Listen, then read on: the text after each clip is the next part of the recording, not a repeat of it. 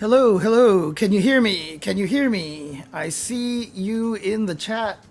Where are you at, Tom from MySpace?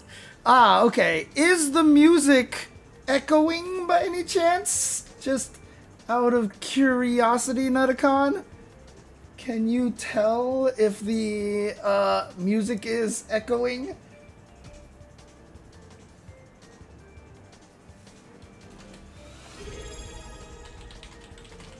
Hey, thank you for the resubscription, JNV. Appreciate it. I know we're all suffering through hard times right now, so appreciate all the help. Oh, so the output is very low right now, huh? The whole thing is very low? That's strange. Like, even my voice is low, or is the music just very low? Your voice is... Okay, let me try the music real quick here.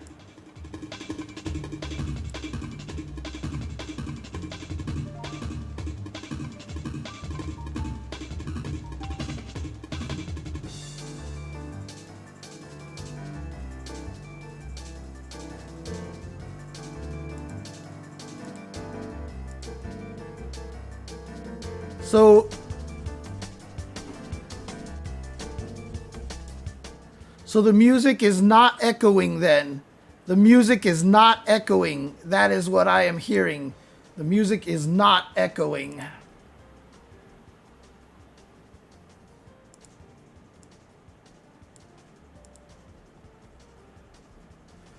Because there's something weird on the way that my voice meter is like...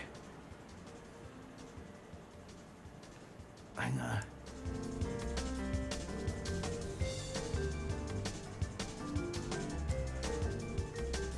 Actually, let me try something crazy here.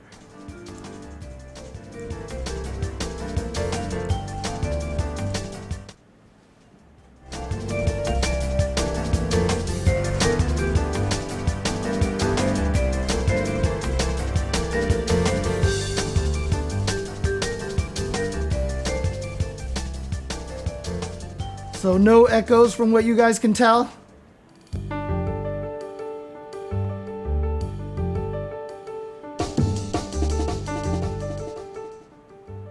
Sounds okay. Cool. Okay.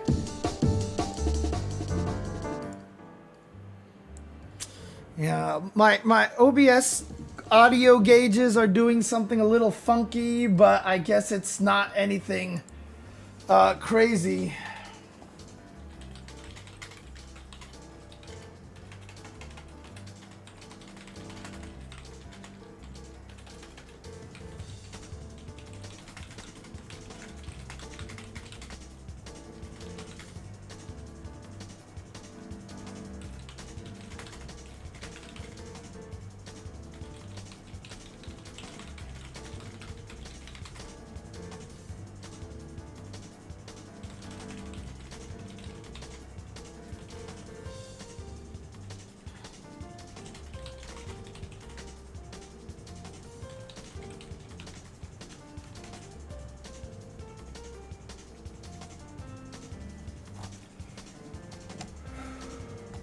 Okay, I am. Let's do the socials here.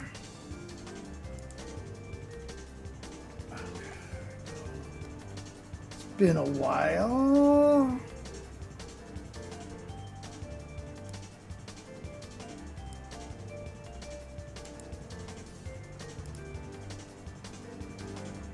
$130 off a PS5 Slim with 1 terabyte with the disk drive. That's pretty good. Nice. Also, another thing, so I'll explain this in a little bit here, but how noisy is it if I do something? Well, let me turn off the music really quick. If I'm sitting here talking to you guys normally like this, the volume is pretty high. I'm going to lower the volume a little bit here so it's not as aggressive. But if I do something like this,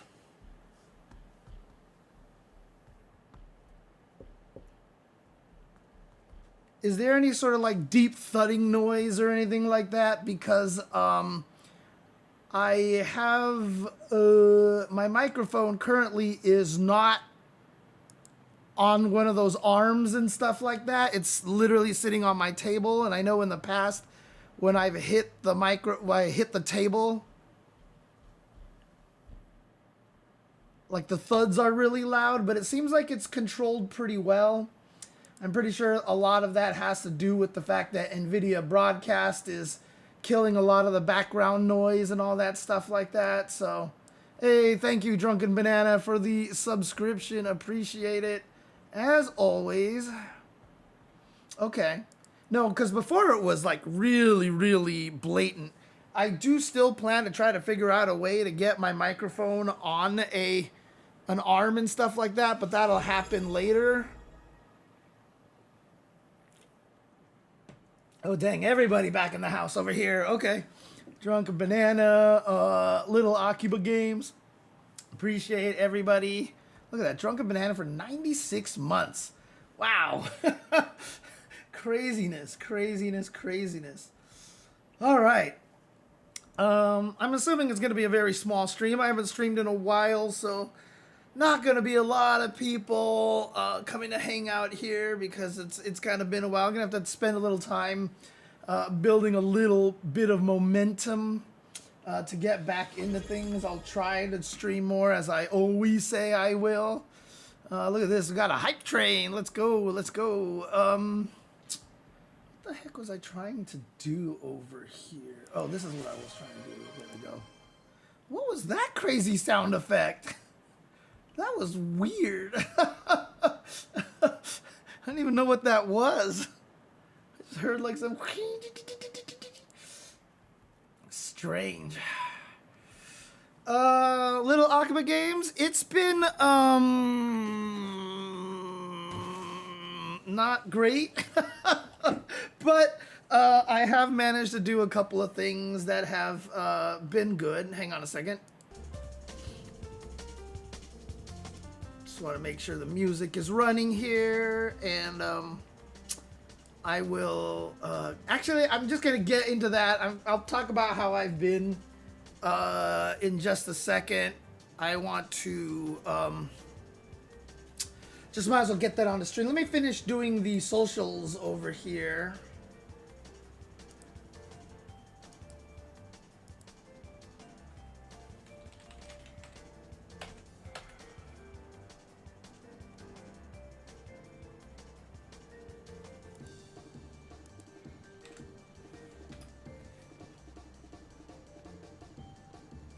Oops. What's this? Oh, there we go. Perfect. And then come back over here. Do this. Copy. Come back over here. And then do this. Go like that. Kill that. Come back here. Alright. Well, let's catch up on what I've been up to a bit.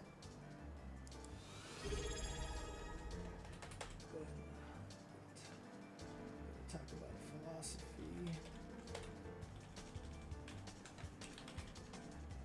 Okay, there we go. Post that up. Got everything in the socials. Thank you for the subscribe. Case Money, appreciate it. All right. John the Automaton has turned British. Hello, James.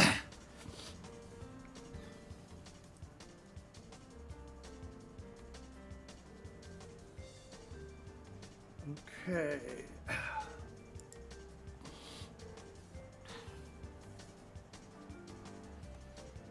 Check something really quick.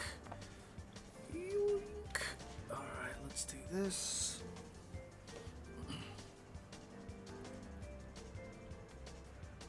Oh yeah, there's a lot of crazy stuff going on. Although I'm not aware of the Wolfgang, it was the Wolfgang Krauser thing. You feel like the tease from the AI, the AI post.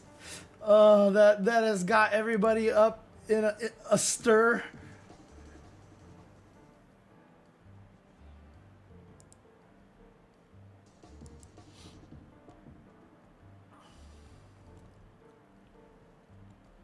Wait, he had never played Chrono Trigger? How did that happen? That's crazy. I mean, don't get me wrong. I love me some Chrono Trigger. Actually, hang on a second. Let me just do this. I love me some Chrono Trigger, but like, I'm not like the biggest fan of it. But still, someone like Maximilian, that's kind of crazy. So, yeah, brand new, brand new. I like it. I've also got a cool Kimberly cassette shirt from 10-0. If you guys were in Los Angeles, you guys could have went to Anime LA and caught me surprise working at the 10-0 booth.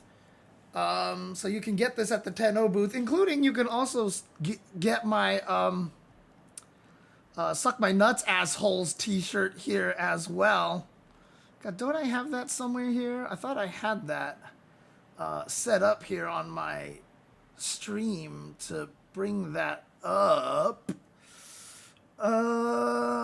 Doesn't look like I have it over here, but I can probably bring it up if I just set something to my other stuff. Hey, what's up, Mike Jones? How's it going? How's it going? I do have. Where is it? Where did it go? Where did it go? Where is it? I should still have it up here because I know I did not get rid of it because I knew. Oh, did I throw it into the images folder over here? Let me take a look here. No, I don't. Actually, I don't think I did.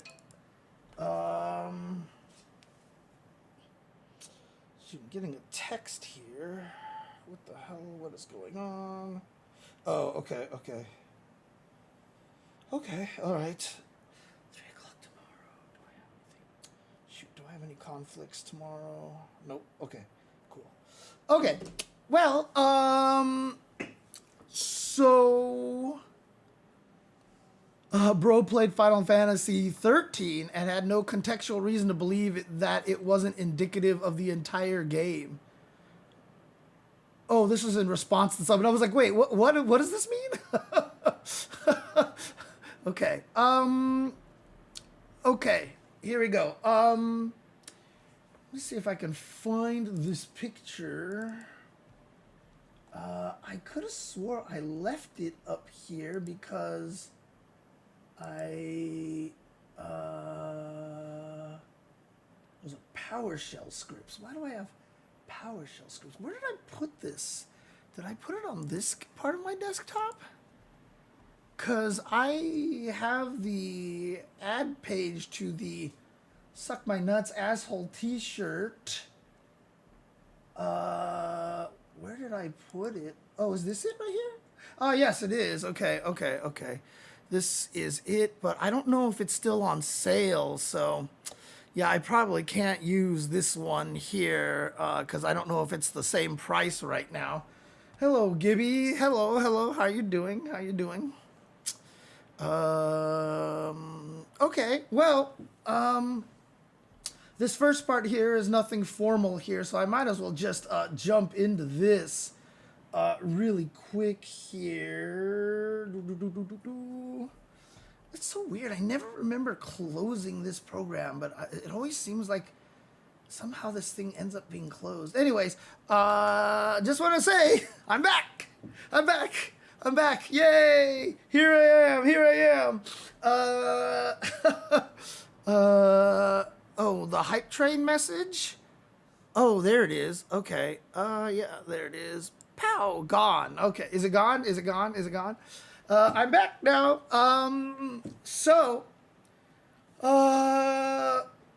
Look, normally the first episode of the new year is the Ultra Chen TV Awards. Obviously, they're not going to be called the Ultra Chen TV Awards anymore. I don't know. I guess I'll call them the Jay Chenzor Award or the Chenzor Dynasty Awards or something like that. I'll have to come up with a different name. Oh, it's still up there on my stream? Okay, let me see if there's a way I can get rid of this. Let's see here.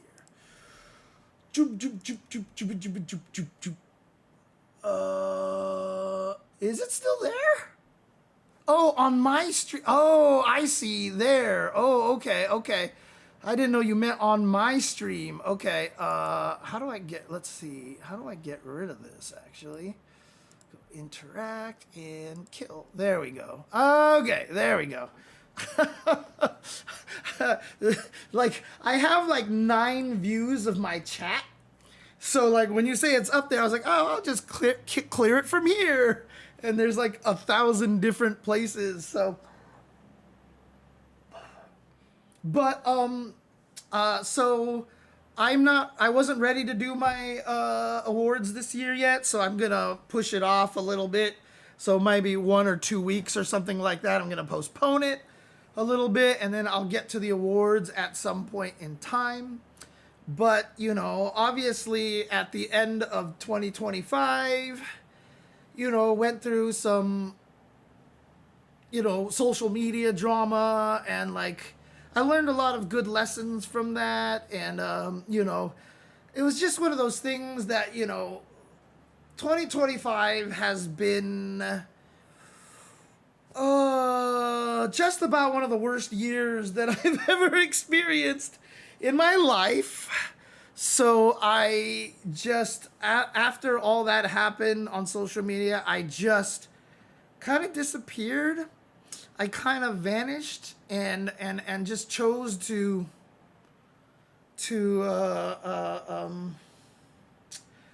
yeah, just kind of disappear, really. Just kind of stay off social media and just try to gather myself and make sure my brain was good and everything like that. And so what I actually did, although it's hard to tell right now, I've actually cleaned up my entire streaming station, and I've changed my streaming station a little bit. You guys can't tell from here, but if I switch to this angle over here, let me see. So you'll notice something. I have significantly more space back here, whereas before there was like no space there at all, and now I have a lot more space. So as you can see here, I used to be literally right next to the wall. How do I get myself out of the way here? Oh, it's so confusing doing it mirror image. There's a lot more space back here. This area is just a lot cleaner. I'm going to be able to put more stuff in the corner over here. Back here, I'm going to put like a display thing and such. The big old dining table that used to where my TV is not there anymore. So the TV is actually lower. I plan to still do a couple of things. The only problem is that table is where I was holding my microphone, but now I don't have that. So my microphone is just chilling here like this. But you know, it's a little bit different here, and it's nicer. I like it a lot better. It's hard for you guys to tell, but you know, the camera here is also lower as well. Before, the TV on the table made the camera really high up, so the view that you saw over here was much more diagonally down, but this view now is actually more straight towards me right now. So this is kind of cool. So yeah, I definitely thought about putting a cat tree in the corner as well. So trust me, that is definitely an idea. So that is definitely on the table for sure. So, you know, most likely it will be something to that extent. So, and then I can set up a cat camera over there, etc., etc. So, well, that's the thing is, it's if I put a cat tree there, it's not going to be a normal cat tree. We'll see. We'll see.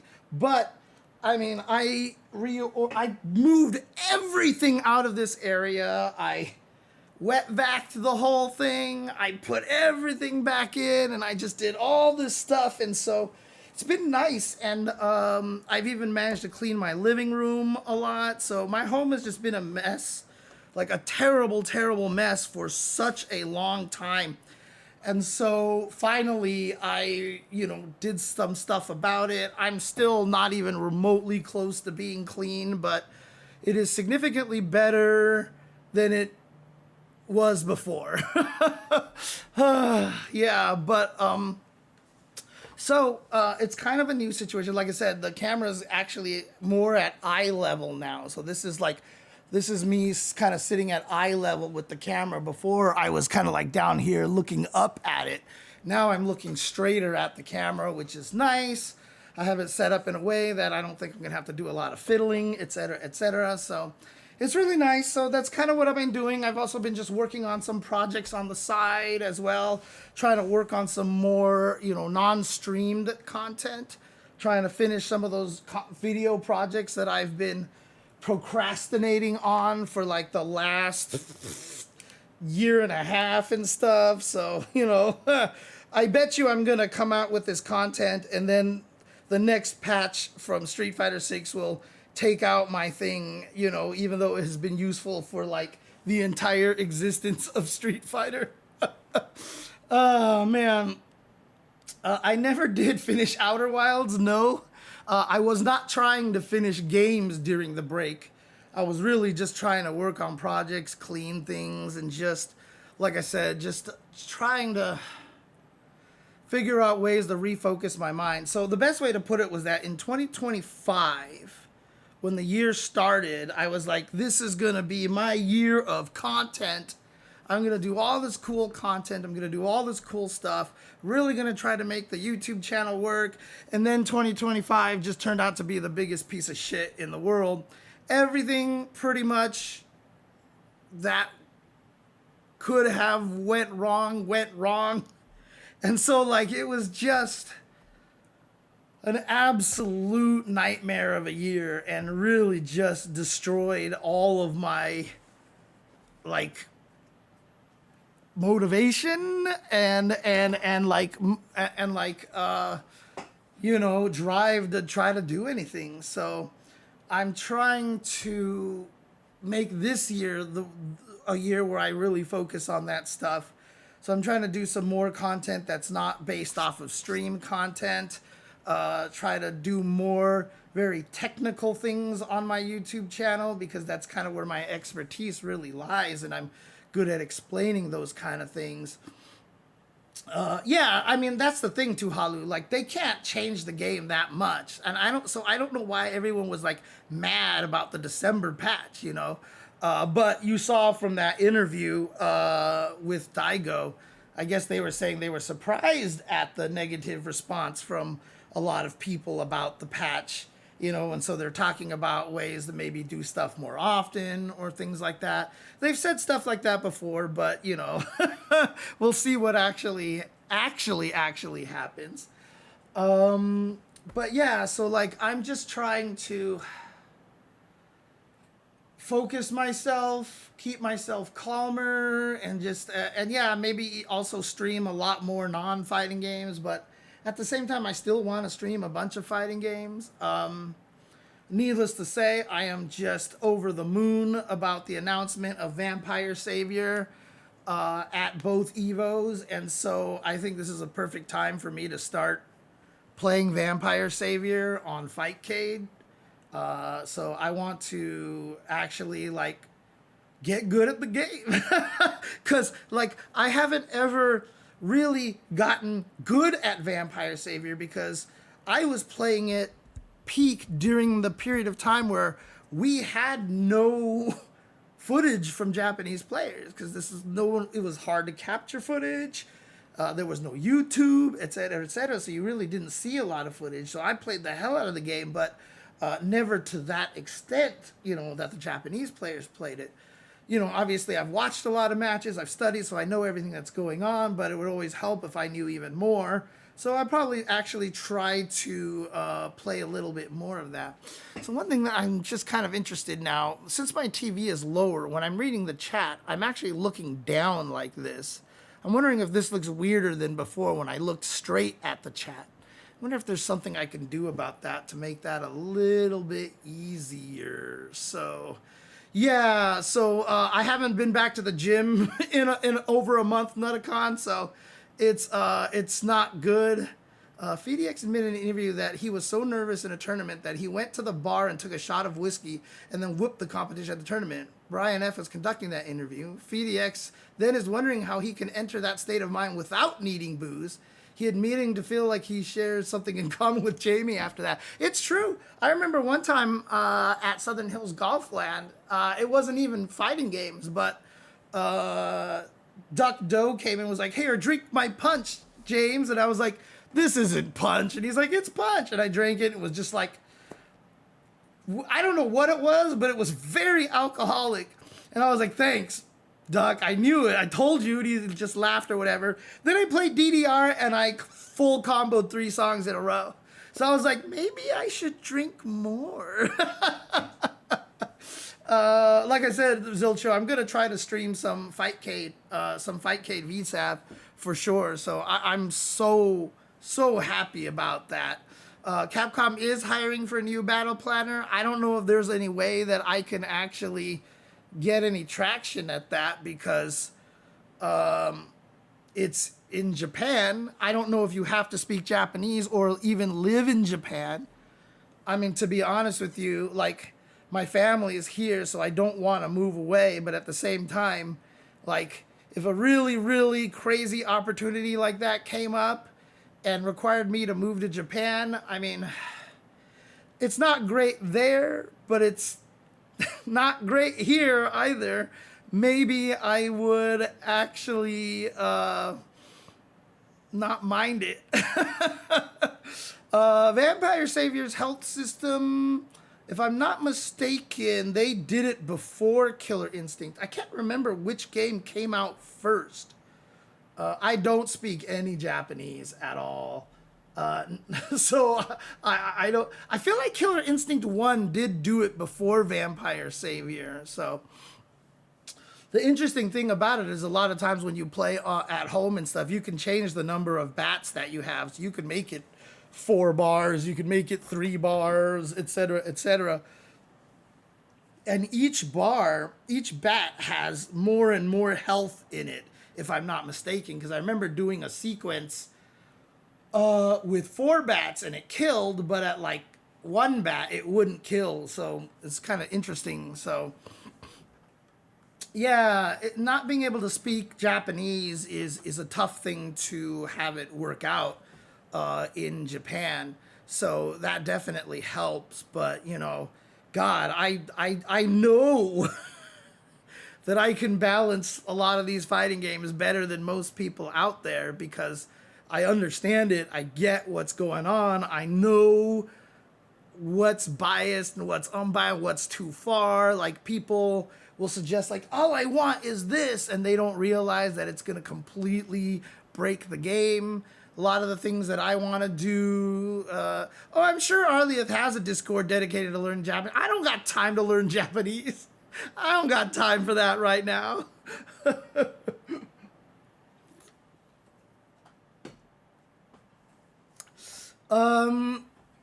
But yeah, it'd be really interesting because, like I said, I really do think I'd be good. I mean, it says like you'd have to be able to write documentation, which I'm excellent at. However, it would all be English documentation, so again, that doesn't help. So it's kind of an interesting thing. Yeah, so I think it was Killer Instinct that did it first. Yeah, okay. Oh yeah. All your base are belong to. It's not actually a voiceover. It's the dialogue in the game. It's just the dialogue in the game, and it's just one of the standard things, like, you know, Metal Gear Solid's, you know, I feel asleep, you know, and any of those sort of things. So all your base are belong to us is just a direct translation. If Japanese sentence structure is close to Chinese sentence structure, it totally makes sense that you know, it gets translated that way. Because in Chinese, you would say, 你们的, you know, whatever base, you know, 是我们的, like, you know, like, 是 is, so you would R, and then 我们的 is like belong to us, right? So, like, you know, like, 通通你们的, so that's like all of your blah 是我们的 are belong to us. It's like just direct translation, basically. Yeah, from Zero Wing, that's what it was. And you know, that's also the one that was like blah blah blah, make your time or something like that. But it's just all bad translations. I mean, most of that stuff is bad translations. You must defeat Shenlong is a bad translation. You know, it's just there's so much. Again, Rolento, Urian. I know I've talked about those. Those are all just bad translations. During times when you know Capcom USA localization and Capcom Japan were just basically separate entities, so there wasn't as much communication between the two. So, yeah, that whole like, it's just like the same thing as Backstroke of the West and all that other stuff. It's all just mistranslations becoming funny, right? Like, I Am Error, like, is another one that got really, really popular from the Adventure of Link a long time ago. Or, Let Me Be, Masters in Woods, End of River. It's all over the place. Yeah, yeah. Of course, Zangief. Like, I mean, a lot of times when I actually say Zangief's name, I call him Zangief. You know, like, oh, Zangief. But like, a lot of the times when I'm commentating, I'll just say it the way that people are used to hearing it, like Zangief, or I'll just say Geef. You know, so like, oh god, yeah, and Geef's this, and Zangief's this, and blah blah blah. Just like with Karin, right? Karin, she's not Karen, she's Karin. But when I'm commentating her matches and stuff, I'll just be like, Karen is doing this and Karen's doing that. But when I talk about them in between, I actually switch to the actual pronunciation. Like yin and yang, I'll try to call yin and yang a lot of the times. I always try to pronounce things the right way. I'm still the only guy who pronounces Marissa as Marisa. So I'm trying to make it so that people are just more used to hearing Marisa. But everybody's just says Marissa. So I don't know, what are you going to do? Man. Yeah, the characters is with Air and Bug. Right, exactly. The DLC HUD, sir. I have not purchased any of the DLC HUDs, JDP. Reason being that I can't justify paying for them. It's just like really what it comes down to. I want some of them, but I just can't reasonably justify getting them. Oh, the DLC HUDs are sick, actually. You haven't seen this yet? Let's see if I can actually do. I can show you in-game little Akiba games because they're really sick.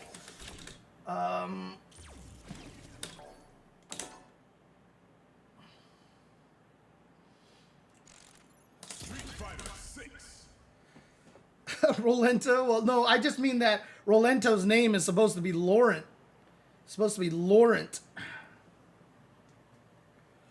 I actually got all of the music via just getting drive tickets little by little by little, which was pretty amazing that I managed to do that.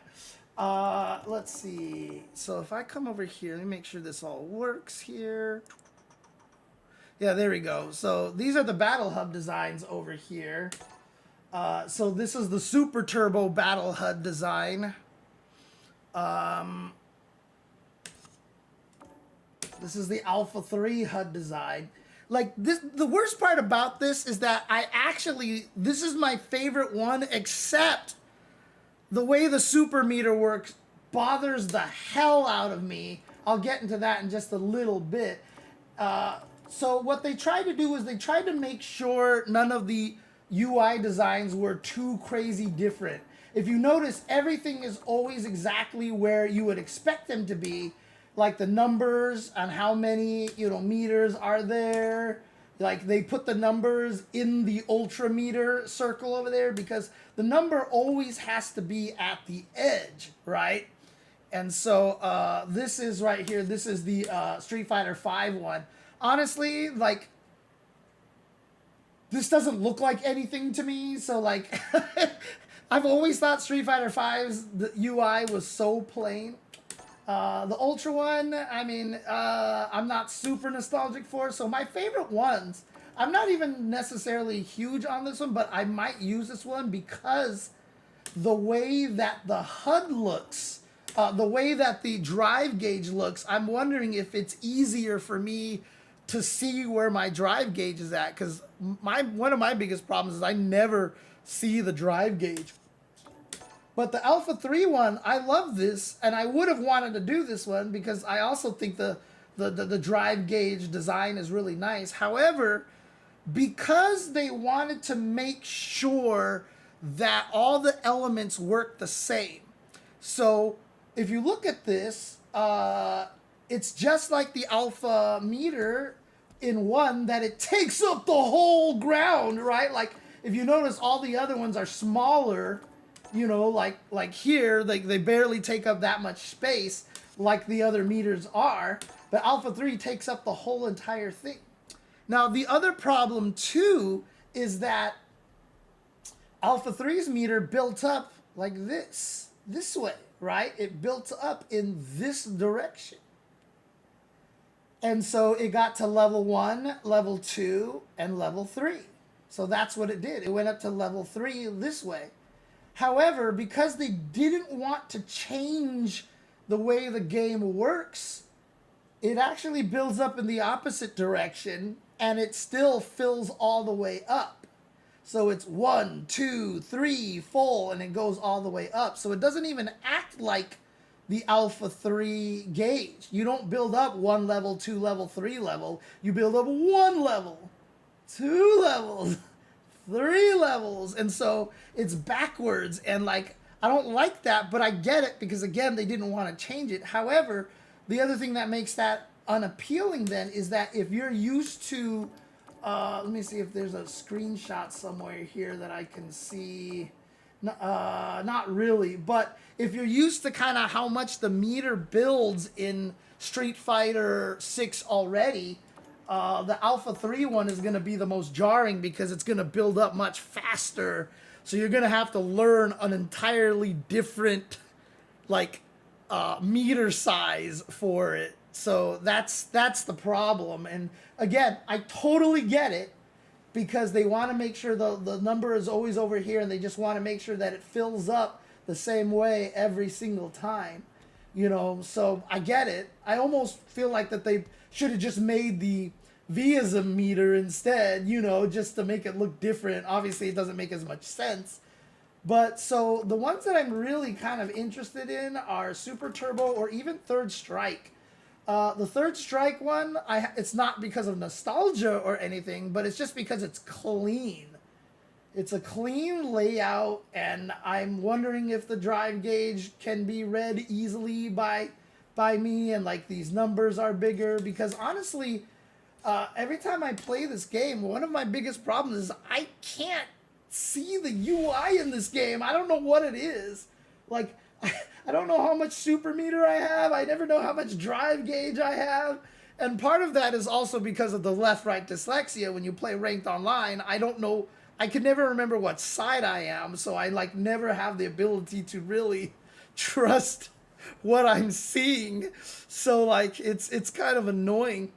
But you know, having the numbers be bigger. I mean, dude, there was one time it was late in a round and you know, I happened to be on the other side over here, and the opponent did their level 3, and I had done a super all game. They did their level 3, but because I was on this side, I looked at their super meter and it was 0.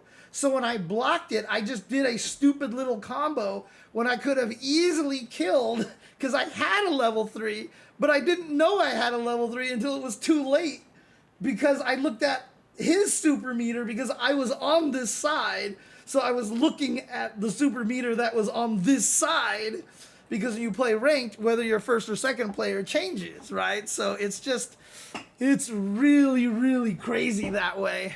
I have a lot of trouble telling which gauge is mine. I very rarely use like drive rush cancels and stuff like that because I don't know which drive gauge is mine.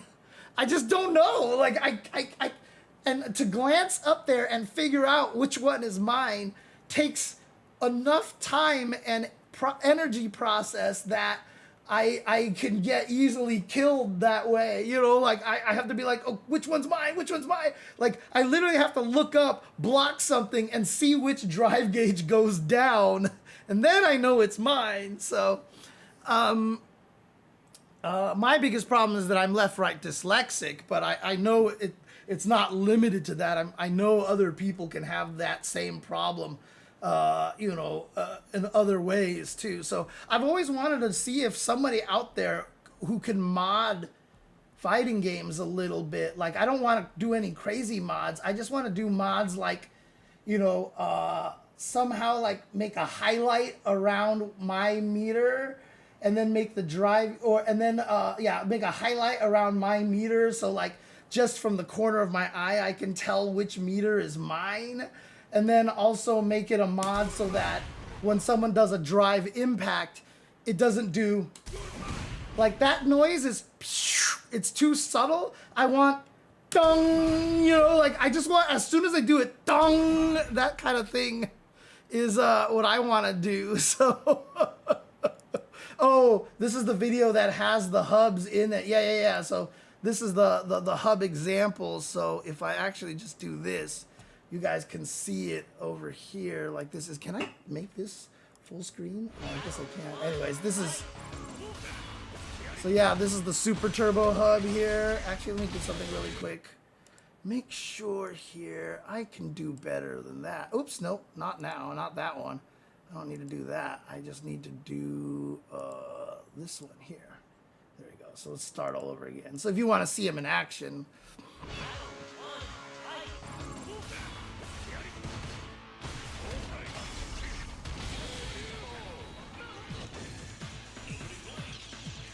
but watch the super meter here. See how it builds? It's jarring.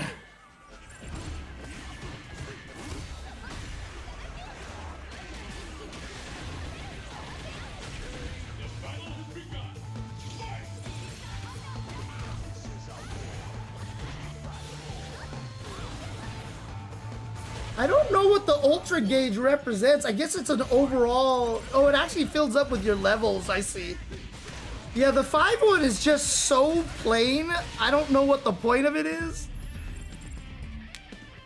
But, I mean, they have a lot of room to add a bunch more of these things all over the place. There is this extra one over here that's just for Sim here that you can use as well. But I'm glad they have them because, one of my biggest complaints about Street Fighter 6 is there's not enough stuff for whales to buy.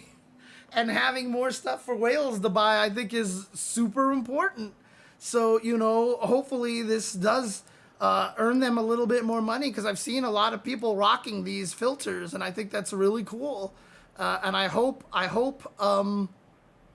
they keep coming up with more stuff like this because, like I said, this game should have more things for people to buy.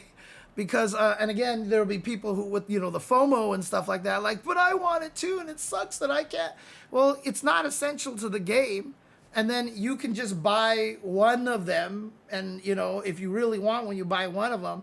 But if the whales are out there, they can buy all of them, and then that way, like, oh, when I play Elena, I will use the Third Strike one. When I play, Jury, I'll use the Street Fighter 4 one. Like, the whales out there can do that, and I think that's great. I think that's fine, and hopefully that is something that people that Capcom will be able to do. Give us more ability to. Hang on a second, my OCD is bothering me here, and I just kind of want to shrink that a little bit here, like so, because I just wanted a little more space above my head. There we go. I think it's better here. There we go. And I can just do that, and that's fine. Yeah, okay, perfect. So I think that's good. So yeah, I mean, look, like I said, if anybody out there is good at doing mods and stuff like that, I would actually really like to talk to somebody because I really actually want to mod my games for helping me overcome my left-right dyslexia problem. Oh, what's up, Sharky? What's going on? Happy New Year, S tier. I retweeted your most recent rug post. If you guys haven't seen that, they've got a lot of cool stuff. Obviously, you know, I'm gonna say this. Hopefully, the S tier guys don't get mad at me. You know, very much, you know, kind of luxury items there, the rugs that they make, but they're so good and they're such good quality. And I don't even think you need to put them on the floor, to be honest with you. You can hang them on walls and do all sorts of really sick stuff with them. Why can't I find your Twitter? What is your Twitter? It's official. There it is. Official S tier underscore. Let's see here. What was the, yeah, this is the latest video that you guys put up over here. Let's actually do this whole entire thing. Okay. Cool, S tier. Cool.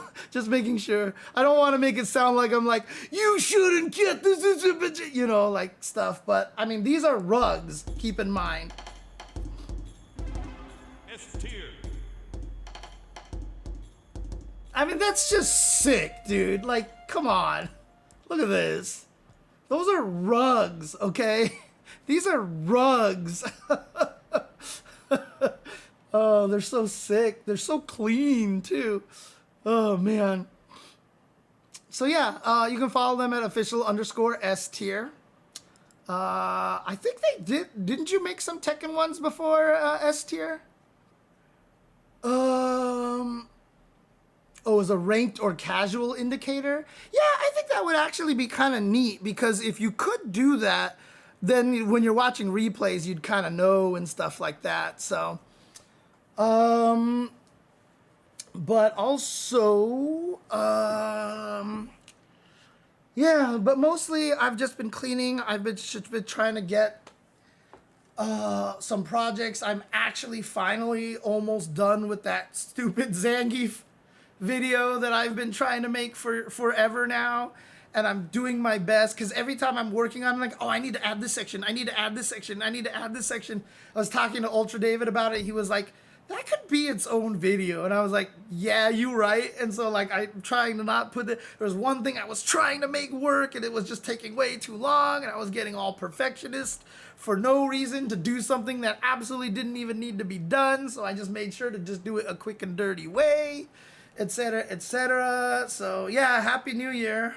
Happy New Year. I mean, we'll see how good this New Year's is by the time we reach the end of it. And I only say that pessimistically because 2025 sucked, man. Like, 2025 was just garbage year on, you know, like garbage on garbage of years. So it was a brutal year, and I'm hoping that this year things will be better. I'm hoping that life will actually calm down and I can find some stability this year, and I can actually finally make some content and actually try to stream more often and stuff. And it's terrible. So that's good, Sharky. Yeah, for me it was just like sucks. Well, all this shit is happening, so clearly this thing that I'm waiting for should turn out good for me, because karma, right? Nope, turned out really bad. Well, there's this other thing that I hope turns out really good for me. Maybe me not getting that other thing. Nope, turned out bad. Bad. And then I got to the end of the year and I was like, God, I'm so glad this year is done. And then right before the year ended in the middle of December, I had to go and make it bad again. And I was just like, oh, and it was just one of those years, man. So I'm just hoping 2026, like, it doesn't even have to be a good year, as long as it just lets up and lets me not feel like I just want to crawl into a hole and never crawl out ever again. As long as it's like that, I'm happy. That's all I'm asking for at this point. Man. I hope so, man. Because, I mean, that's one of the hardest things is that, I mean, I'll be honest with you. I'll talk about this more when I get to the actual UCTV Awards in a couple of weeks. But, I mean, this is it. Like, if I can't make this work, like, it's just going to have to be one of those things where I probably only commentate, like, 2 things a year or something, and I just don't travel as much. I'll probably have to cut down on streaming. Because I probably have to get an actual job at this point because it's just, it is not working out very well, honestly. Financially, it is not a good situation for me at all. And only a few things are able to make it so that I can stay afloat even remotely. So it's tough right now. So, oh man. I mean, I've talked about the whole flooding situation in my apartment and like almost 3 full years of suffering through that, of having a lawsuit against the city and all that stuff, and finally resolved, and the city basically just completely screwed us. And 3 years of suffering, of spending all this money to fix that room, and if I somehow break even after the money they gave me because the city sewer pipe backed up and destroyed my guest room, I'll be lucky if I can break even, man. The only way I can break even is if our tax guy can work some magic.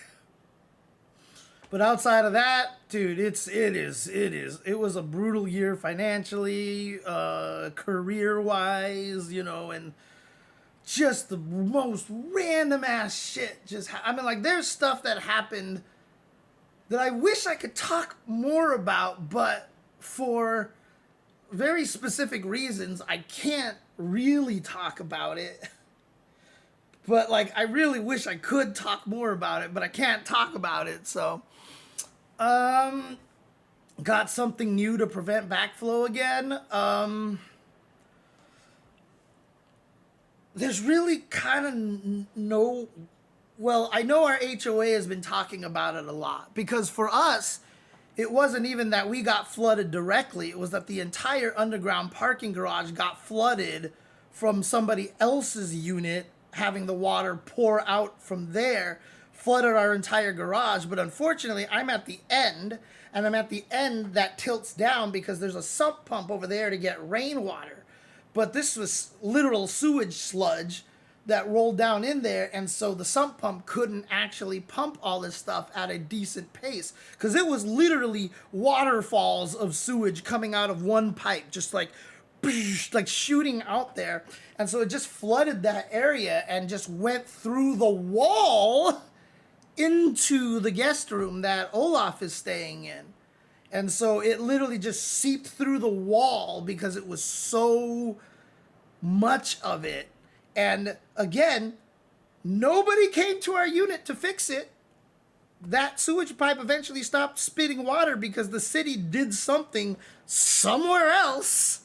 So I don't know how they justified making it so that, you know, it was our fault or something. But in the end, like, Santa Monica is kind of broke right now. They don't have a lot of money. So, like, they were trying really hard not to pay us. And the amount that we were asking for was like this really unfortunate bad amount because we were asking for so much. They gave us like this, but if we actually took them to court to try to get how much we wanted, all the court fees, paying everything, all that stuff, even if we got the amount that we wanted, most likely we would have actually pocketed less money So, you know, we were at like just the right amount that they offered this much. And if we fought for what we wanted, the court fees and stuff would have made us drop down like this, and we probably would have earned less. And we had a third party mediator who was not biased in either direction, was like, yeah, like you probably should take this because there's almost no way you're going to be able to come out with more than this. And so like all these things that, you know, we had intended, like, oh, okay, if we can get this much money, we could do this, we could pay off this, we can do all that. And all the money that I got from the city is already gone. It's all gone already because I've already had to pay a whole bunch of things that I had back pay. I mean, I still have a little bit, but I'm about to pay property taxes. And if you guys know anything about property taxes, you know, that's just death right there. So, it's just, no, so I can't use pseudonyms. There's just no way I can talk about it without I can't talk about it without almost accidentally doxing myself. Let's just put it that way. So I can't talk about it, unfortunately. So it sucks. It sucks. But it's seriously just one of the weirdest things, and oh God. But yeah, it's been a rough year last year. It's been a rough year. So this year I've just been trying my best. Well, so far, only the half a month that's here. Try to do better, try to do more content and stuff like this. And again, I am a perfectionist, unfortunately. And I am... well, that's the thing, is the homeowner's insurance basically couldn't do anything because of the lawsuit, because the lawsuit was taking place. So they couldn't actually do anything. Like it was such a nightmare. It was such a nightmare. And the homeowner's insurance did pay a little bit, but that little bit went to paying back the HOA for helping write a check to cover something temporary. Dude, oh my God, it was such a nightmare. It was such a nightmare, dude. It was seriously. And remember, my home got flooded in October of 2022, okay? So I spent a fuck ton of money fixing that room from October 2022 to April 2023, where I did not have any income from, you know, Olaf from rent because he couldn't live there for those 6 months. And then the lawsuit just went forever with the people trying to fix this, harassing me and hounding me and all this other stuff. And oh my God, it was such a nightmare. Like I almost had a lien put on my house because the people who fixed the house, I couldn't pay them. And so they had to like threaten and all this stuff. And oh my God, it was such a disaster, dude. It was such a terrible, terrible 3 years. And so I ended up getting nothing out of it. I got nothing. Like I suffered for 3 years dealing with this stupid shit. And yeah, they paid me money, but like I said, the money is just enough to cover what I spent. And the problem with living in Santa Monica is that if you live in Santa Monica, even if you have a small home, even if you don't have money, everybody who does work in Santa Monica will overcharge you for the Santa Monica tax. And what is the Santa Monica tax? Is that they think everybody in Santa Monica is rich, so they always charge way more money than they would anywhere else.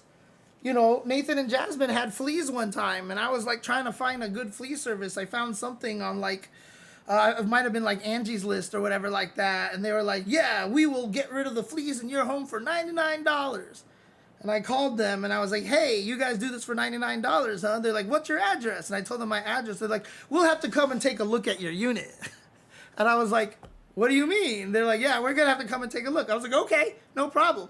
They come over, took a look at the unit, and then they were like, yeah, it's going to be like $200 and some dollars. And I was like, dude, your ad says $99. And they're like, yeah, but, you know, there's this and that and blah, blah, blah. And I was like, and I was just shy of like saying, get the fuck out of my house. Like, I almost just said that.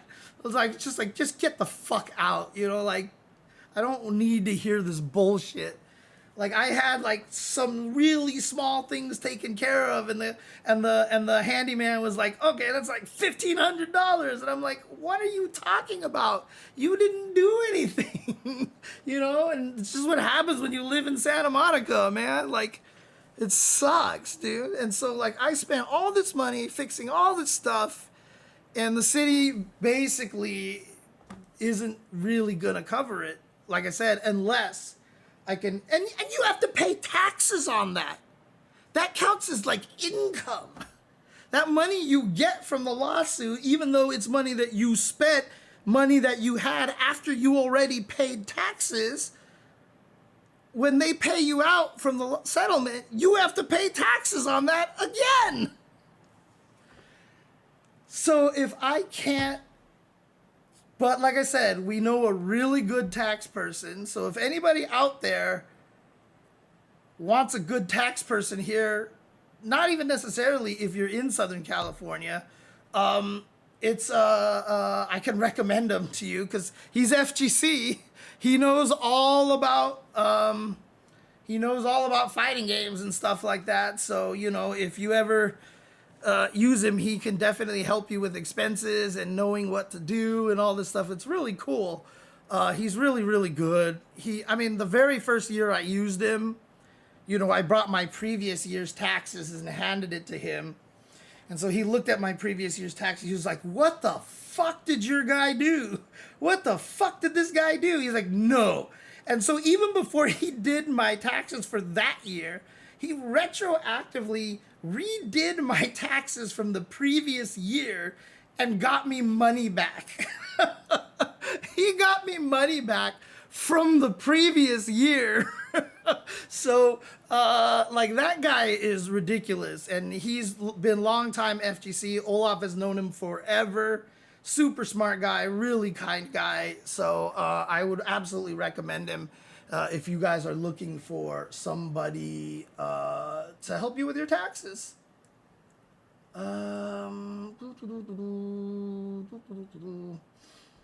But yeah, I've also just been working on a lot of projects over here. So my Zangief video is close to being done. Like, if you actually take a look at this, I mean, again, it's way more complicated than it should be.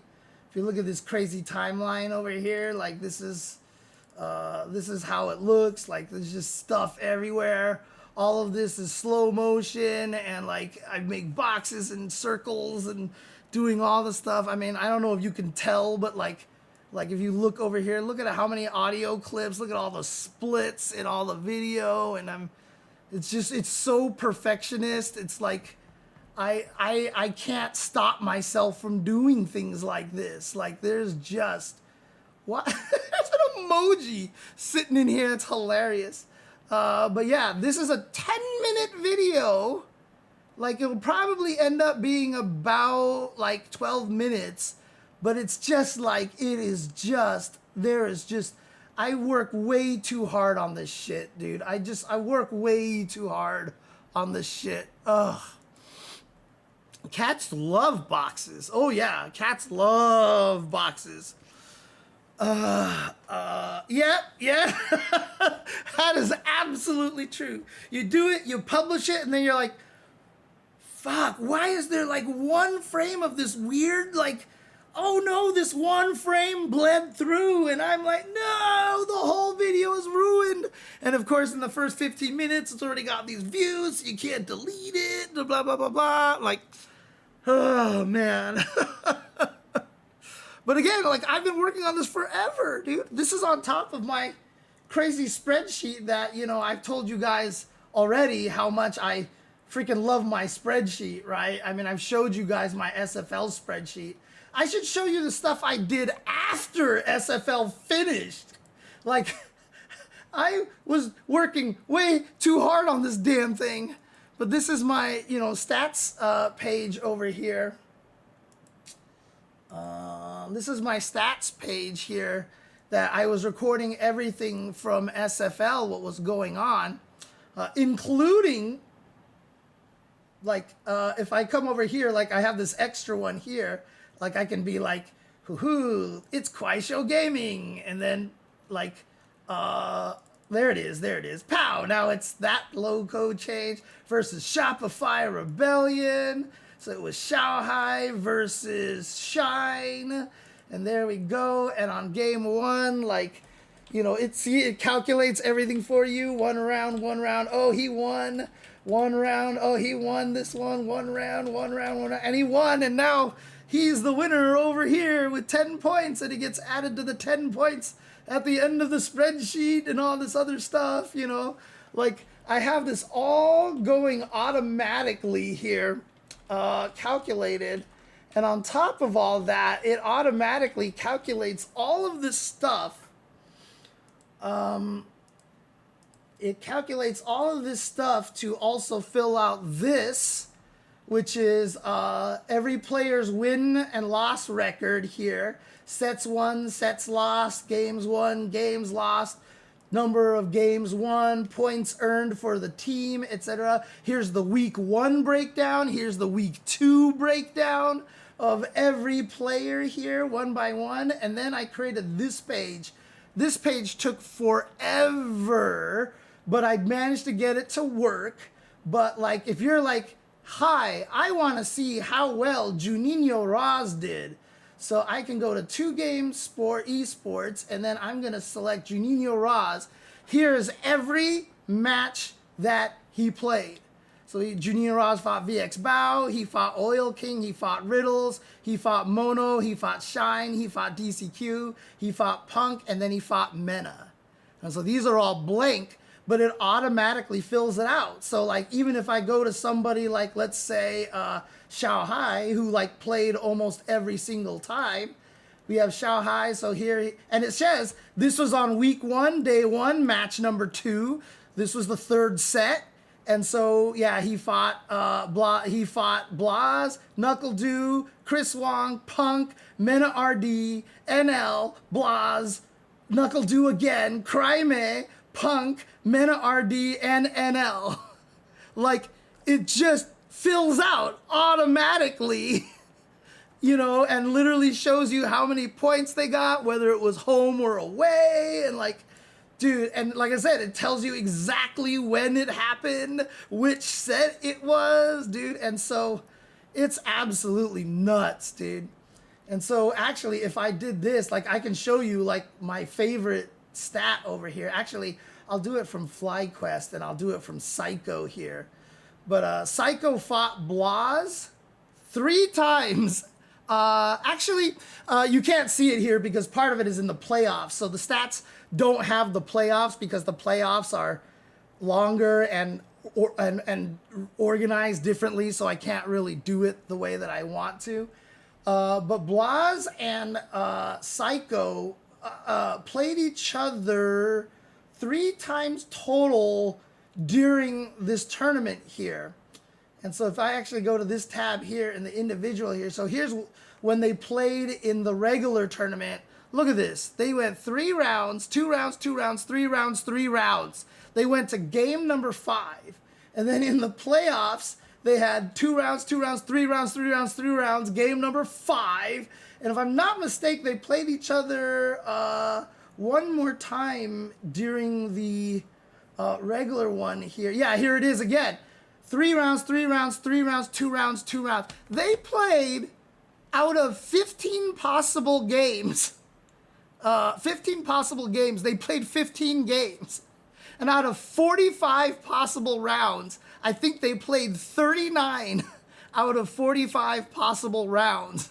Man, it was insane. Psycho and Blaz like had the greatest sets like during the entire tournament, dude. It went to game number 5. All 3 times they faced each other. It was so crazy.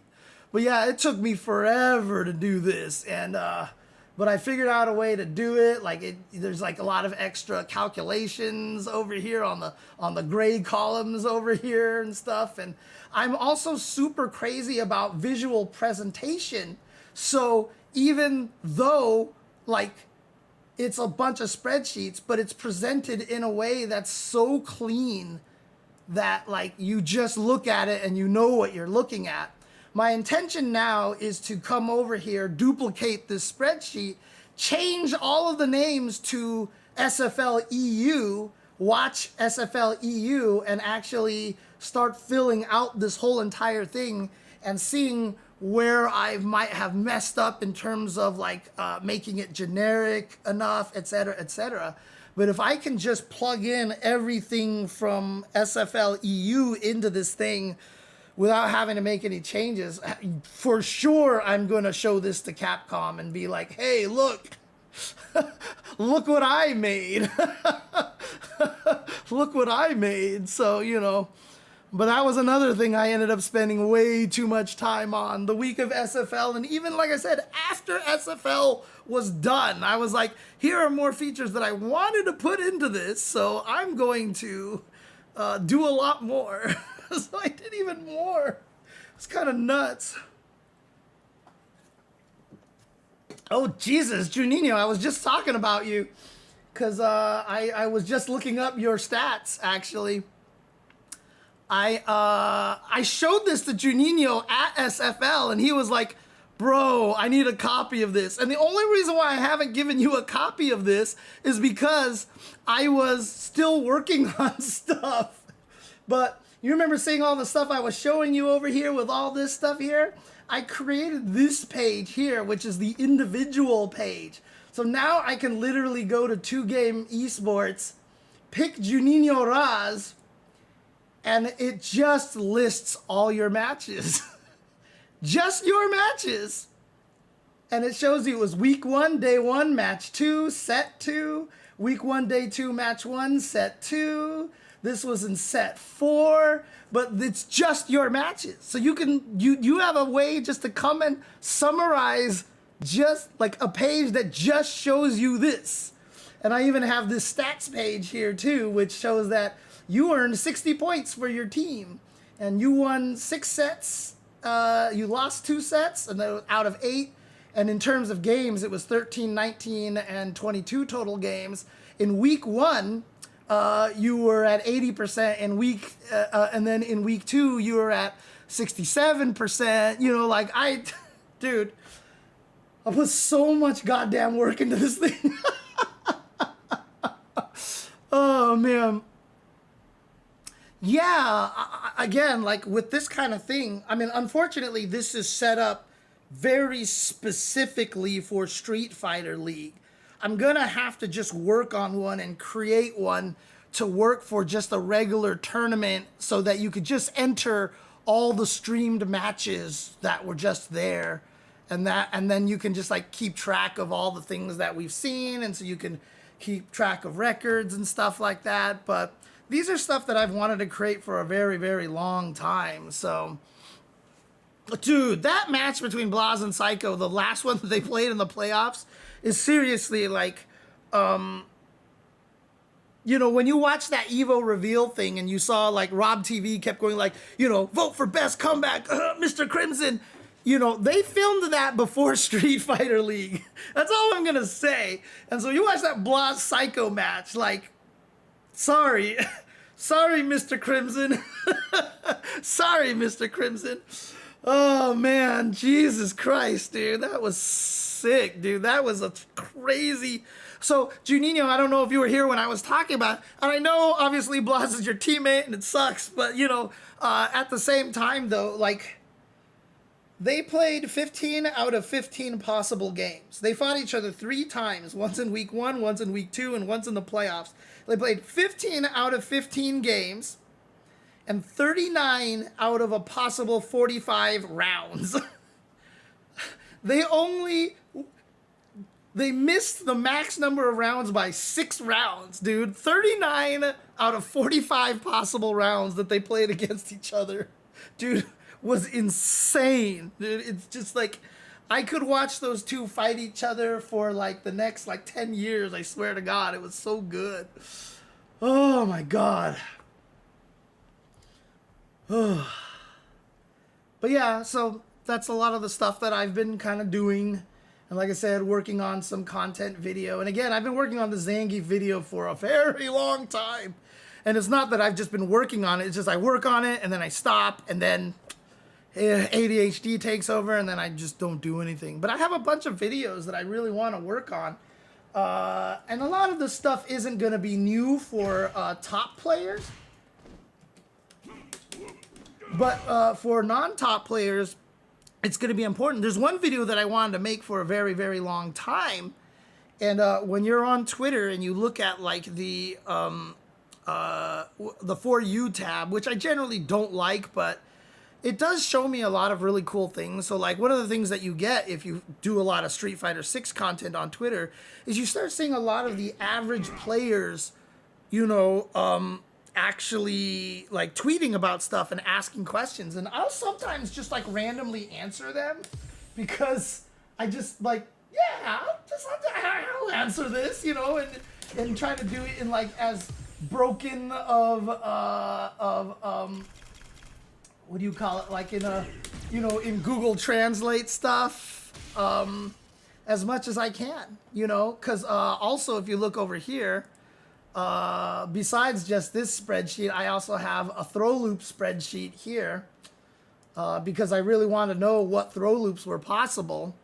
And so I have everybody, if they can walk into a throw loop, if they can dash into a throw loop, or if they can drive rush into a throw loop.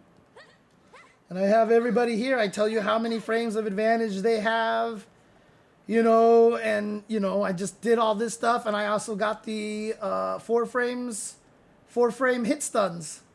Because this is what one of my next videos is going to be about. Because this is a really important thing. Nobody talks about this, but this is a very, very, very important thing. So I can show you why this is important. If you trade combos are kind of becoming a little bit part of the rage in Street Fighter. And so, and also in case anybody doesn't actually know this, again, this is just such a useful thing because there's so many goddamn pages in this. It's hard to navigate a lot of the times. I learned right away that if you hit, you know, what is it? If you look at the bottom of the screen, it says LB and RB, go to basic settings. It always puts you to page 1. So whenever I want to find anything, I always know how many pages away from the basic page it is. So for example, if I want to go to reversal options, it's always go to basic page, and then I hit left LB 4 times, right? So there I am, right? If I want to change their standing status or whatever, it's that and then RB twice, and now I'm here. And so like it's so much easier to navigate. It's so much easier to navigate. But this is really important here. So so he's on block. If I do this and I trade, I'm plus 11 here, right? This is not necessarily the best example here because we're not going to get a lot of different frame data situations here, but I can do this. I can be like, and I trade and I'm plus 11. Okay, so if I'm plus 11, that's 10 frames, so I could probably do something like, whoops.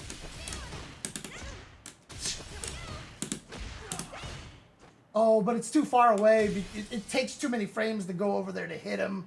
But let's just do it closer so I can do, you know, I can combo like that, right? Which is cool, Okay, that's neat. So cool, I learned this cool combo, and then you go to Akuma, and you're like, I'm gonna do the exact same thing here.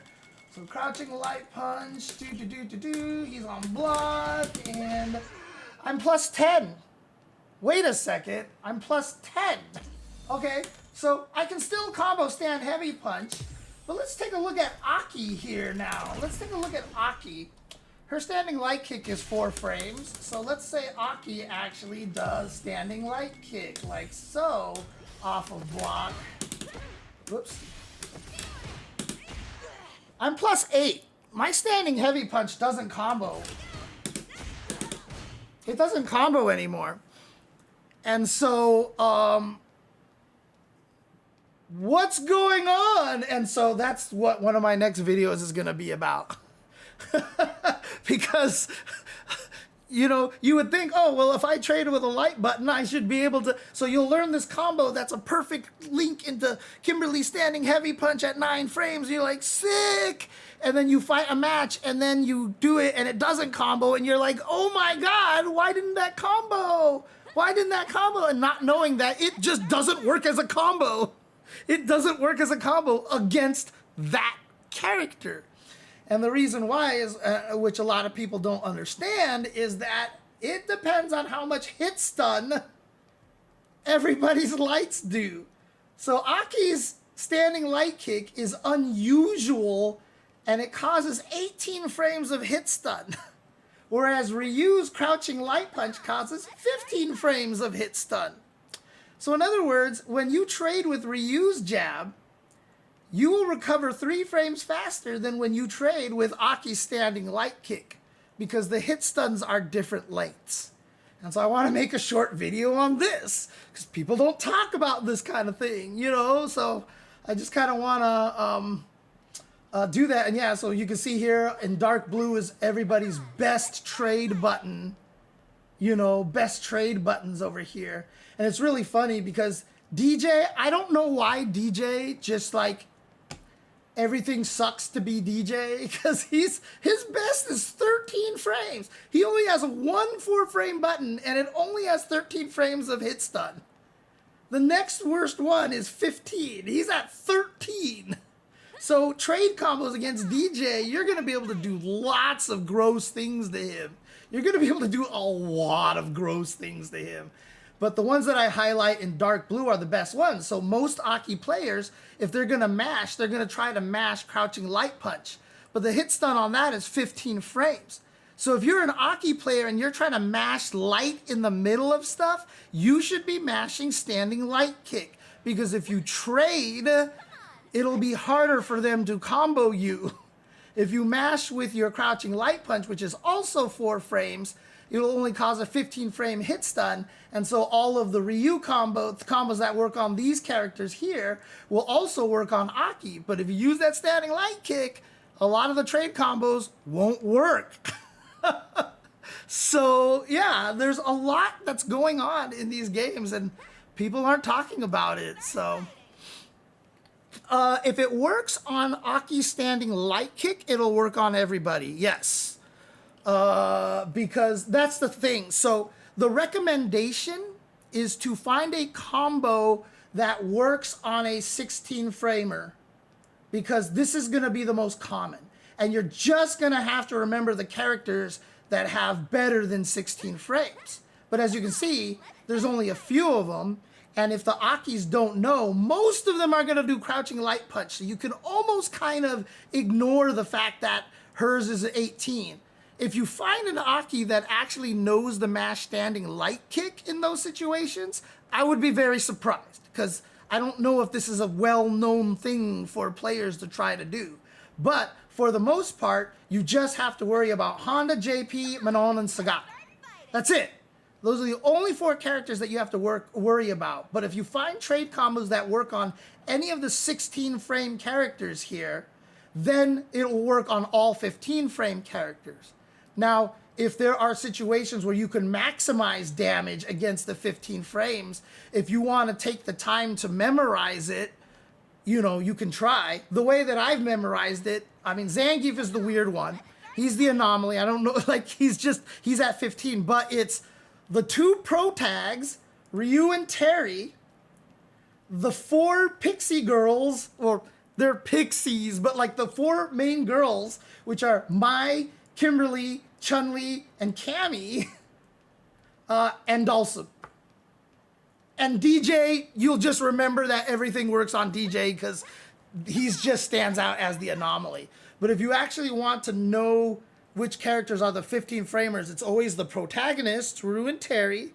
It's Zangief and Dhalsim, which is kind of funny now that I think about it. So it's the protagonists, it's the archetypes. So the zoner and the grappler, the opposite of the prototypes here.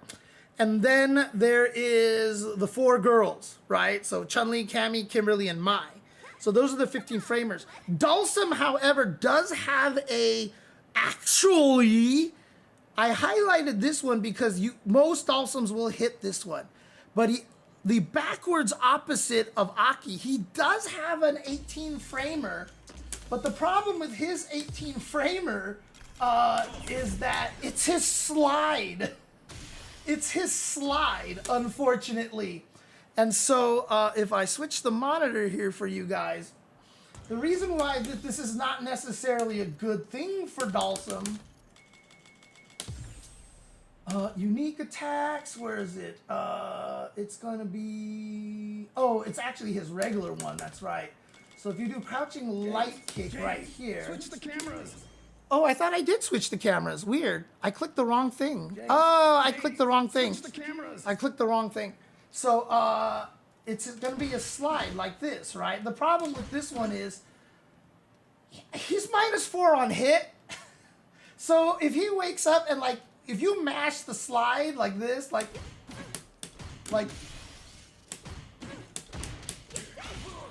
you're not going to be mashing slide on wake up. You're not going to be mashing slide to try to beat a lot of people's moves with trades and stuff like that. But, I mean, if you know that you can actually trade...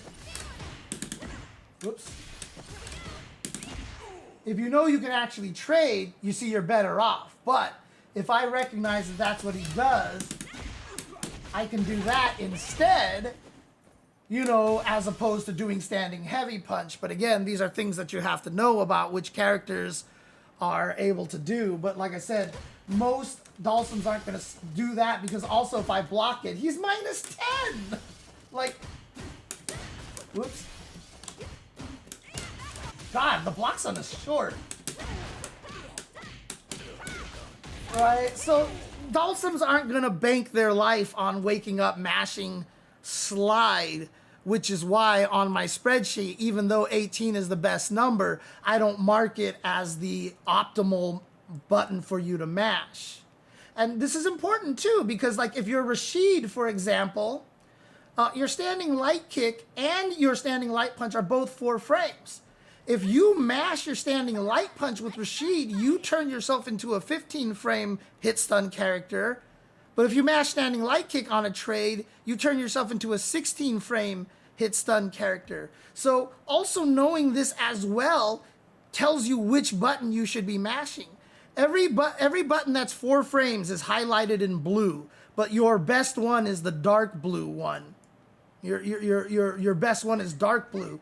So for example, E Honda, he can do standing light kick, but that's 16 frames hit stun. Crouching light punch is 17 frame hit stun. So if you're trying to mash, if you are gonna mash a 4 frame button, why wouldn't you mash one of these, right? The only thing is that if your better 4 frame button is a move that just doesn't lead to a combo or just like is really like, even if it counter hits, you just get no confirm or whatever like that, you know, there will be specific situations. So this is just kind of outside of the Dhalsim slide situation. This is a, you know, a very straightforward, this is your best move, etc., etc. The problem with the Dhalsim slide is that if you're at certain ranges, like if you're far and you think that you can actually, you know, make it so that you wouldn't be able to be punished as badly, well, the first few frames of the slide are really close range. So if I do this, I will just beat you. So the 4 frame actually now is useless because the first active frame of your slide doesn't have enough range. So even though I'm plus, I should trade in this situation like that, if I do it at the right ranges, I will just beat you straight up. So that's an unfortunate thing for Dhalsim. So he will generally be doing stand light punch instead. But I think standing light punch is also very, oh, okay, there you go. Yeah, see, that's why you would use standing light punch with Dhalsim instead. But I want to make videos for all these kind of things. I have a lot of other things that I want to do and talk about, make little technical videos about, and I think people will really enjoy that stuff, and I'm really good at presenting and talking about and explaining this stuff. I mean, I just did it right here, practically. you know. So these are kind of things that I want to do, and I may have to pass some of them over to my editor so that I don't, so that I don't do this to myself, this whole nonsense here. I don't do this crap to myself. Again, yeah, of course I could just cut that, but I want to present it in a more concise, cohesive way. I want to do it in a more clear way, because I could probably make that video like 3 minutes long, 4 minutes long if I do it right. But the Zangief one, oh my god, the Zangief one is so confusing, because the SPD is one of the jankiest moves in the game, dude. I could show you things about the SPD that are just like break your mind. Like, wait, what? Why does this work? Just for example here, I'm going to do a 720. But I'm going to do the 720 by going to back and then rolling around to up forward and then coming back, half circle back afterwards, right? So I can do like... But it didn't work that time. It didn't work that time. And I could tell you exactly why it didn't work that time, because I could see it in my inputs, why it didn't work that time, even though that's exactly what I did. But it didn't work that time because I screwed something up. That time I did it right. Like, dude, the SPD is just so weird. Like, I can go left, right, left, right, left, right, left, right, down, up. Like, if you want to do an SPD that way, you absolutely can. If you're walking forward, just go back, down, up, and punch. Like, whoop, whoops. And then you grab that way. You don't even have to do a 360. Like, there's just so much jank with this SPD input, I swear. You can even just hold forward and then do chicken wing, basically, with punch. And that works, too. Dude, there's so many crazy things that you can do. Whoops.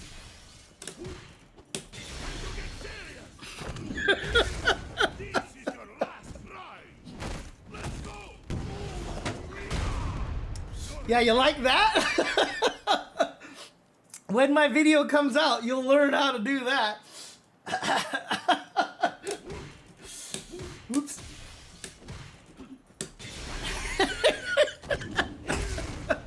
Oh my god. It's too funny, dude. It's too funny. Yeah, there we go. Okay. Anyways, I should probably actually talk about stuff. I should talk about stuff here. Because there is one thing I wanted to at least get some content out that my editor can put out here. So let's, dude, and again, so that's the thing, Tempest. A lot of people don't know because they just weren't around long enough. But, like, I am, like, kind of the king of this kind of crap. Because back in the day when I used to write the FAQs and stuff all the time, I would find all sorts of crazy shit. Like, if you look at anything about CVS1 and CVS2 and see all these, like, juggle potentials and shit like that, like, I figured out the entirety of the Capcom juggle system myself. Like, nobody told me how it worked. And I figured out the whole thing how it worked on my own. And it's funny because, like, I actually made a video fairly recently, like maybe like 5 years ago, that explained the whole juggle system. And one of the big super tech guys out there, you know, who like actually breaks down the game and goes into the code and does all this stuff, he's like, I need to see this video and see how much of this you get right. And he went in there and watched the video, and he just came back. He's like, actually, the whole thing was 100% correct. And I was like, thank you. So, like, I'm really good at this kind of thing. And I just haven't been taking enough time to show this stuff off, you know. I've even said to other people before that, like I could make literally a 1 minute video saying, look, you have 2 frames of throw invulnerability after blocking. You have 1 frame of throw invulnerability after you get up off the ground. So that's important to know. Again, top players know this, but if you don't know this, you are going to find yourself in some bad situations, you know. you're going to find yourself in some bad situations because, for example, if he blocks here like this, and let's say I do this, and I'm +2, if I throw, I can get him here. Is there something that's +1? Yeah, okay, so +1. Oh, wait, I want it to be, what is it? How plus do I want to be? I want it to be plus, God, what is it? What am I trying to do here? Oh, yeah. I want it to be plus more than that. +5. Yeah, +5 is what I wanted here. So like that, right? That's not gonna work. So that's not gonna work. I can't grab him. But if I did something like, let's see here. That's +4. What can I do that makes me +5?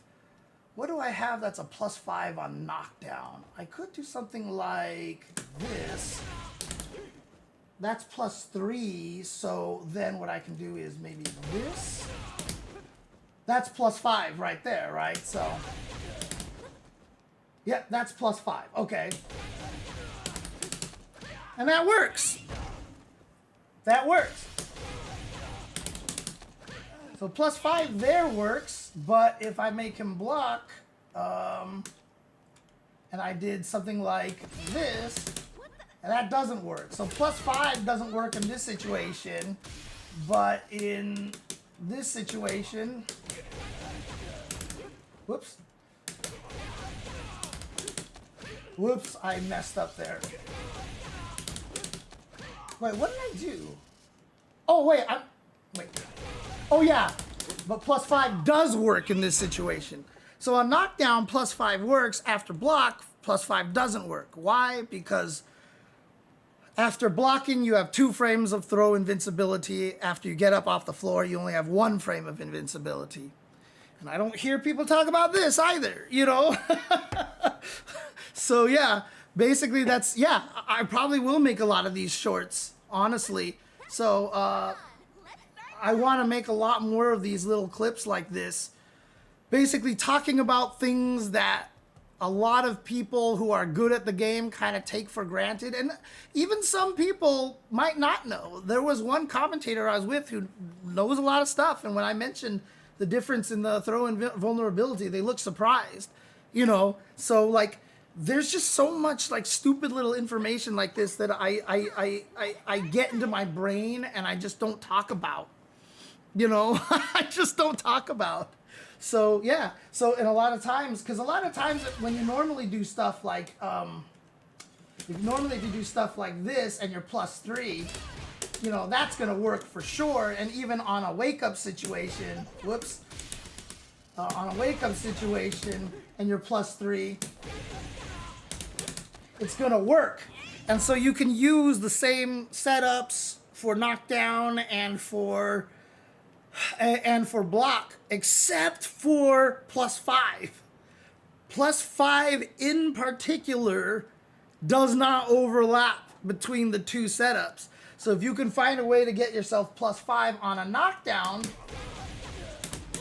and that works, that doesn't mean it works on block. And I just want to make short little videos like that. So that's it. Like, I just want to do stuff like that, you know? Just want to record cool things like that. But I want to make a more official version of that, so we're not going to edit that one right now. Just letting my editor know. So, anyways, let's just talk a little bit more about one thing over here. One of the things that I officially want to talk about, which is the fighting game Forest. What is the fighting game Forest? If you've been on my stream a bunch of times, you've heard me talk about this. I've had somebody else, I kind of briefly started talking about it to them, and they were like, oh, I want to know more about this. And I was like, okay, I will put out a video where I officially talk about it.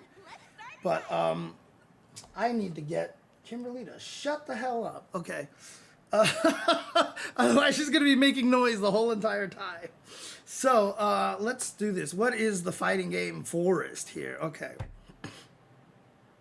How do I want to introduce this? I need to make more use of my teleprompter here. I need to write stuff down a little bit early on, but I'm going to do this one a little bit off the cuff. This is a philosophy thing, so we're just going to be talking about this a little bit here. So, and of course, I can mess up. My editor will take care of all that stuff, so no pressure. Let's do this. So let's talk about the fighting game Forest, shall we? What the hell is the fighting game for? James, what are you smoking? I mean, seriously. But no, this is a philosophy that will help you figure out how to fight against brand new players that you run into on rank. This is something, or even at a tournament, someone that you've never met before and you got to play against them. A lot of times I get a lot of people asking me, they're like, I'm not sure how to approach a match against someone I don't know. Like, what am I supposed to do? What am I trying to go for? And, you know, oftentimes people are like, oh, you're supposed to gather information. And people don't know how to do that. They don't understand what the concept is of gathering information. Now, one of the analogies that has been talked about a lot, Daigo has an analogy that is boxes, where he's played so many different players that he just puts them into certain categories. So he called them boxes. So here's an aggressive player, he goes in the aggressive box, and then like from there he figures out even smaller boxes that he puts them in and stuff. But oftentimes the way that I present the philosophy in my analogy actually comes from trees. Okay, stick with me here. I know that this is crazy.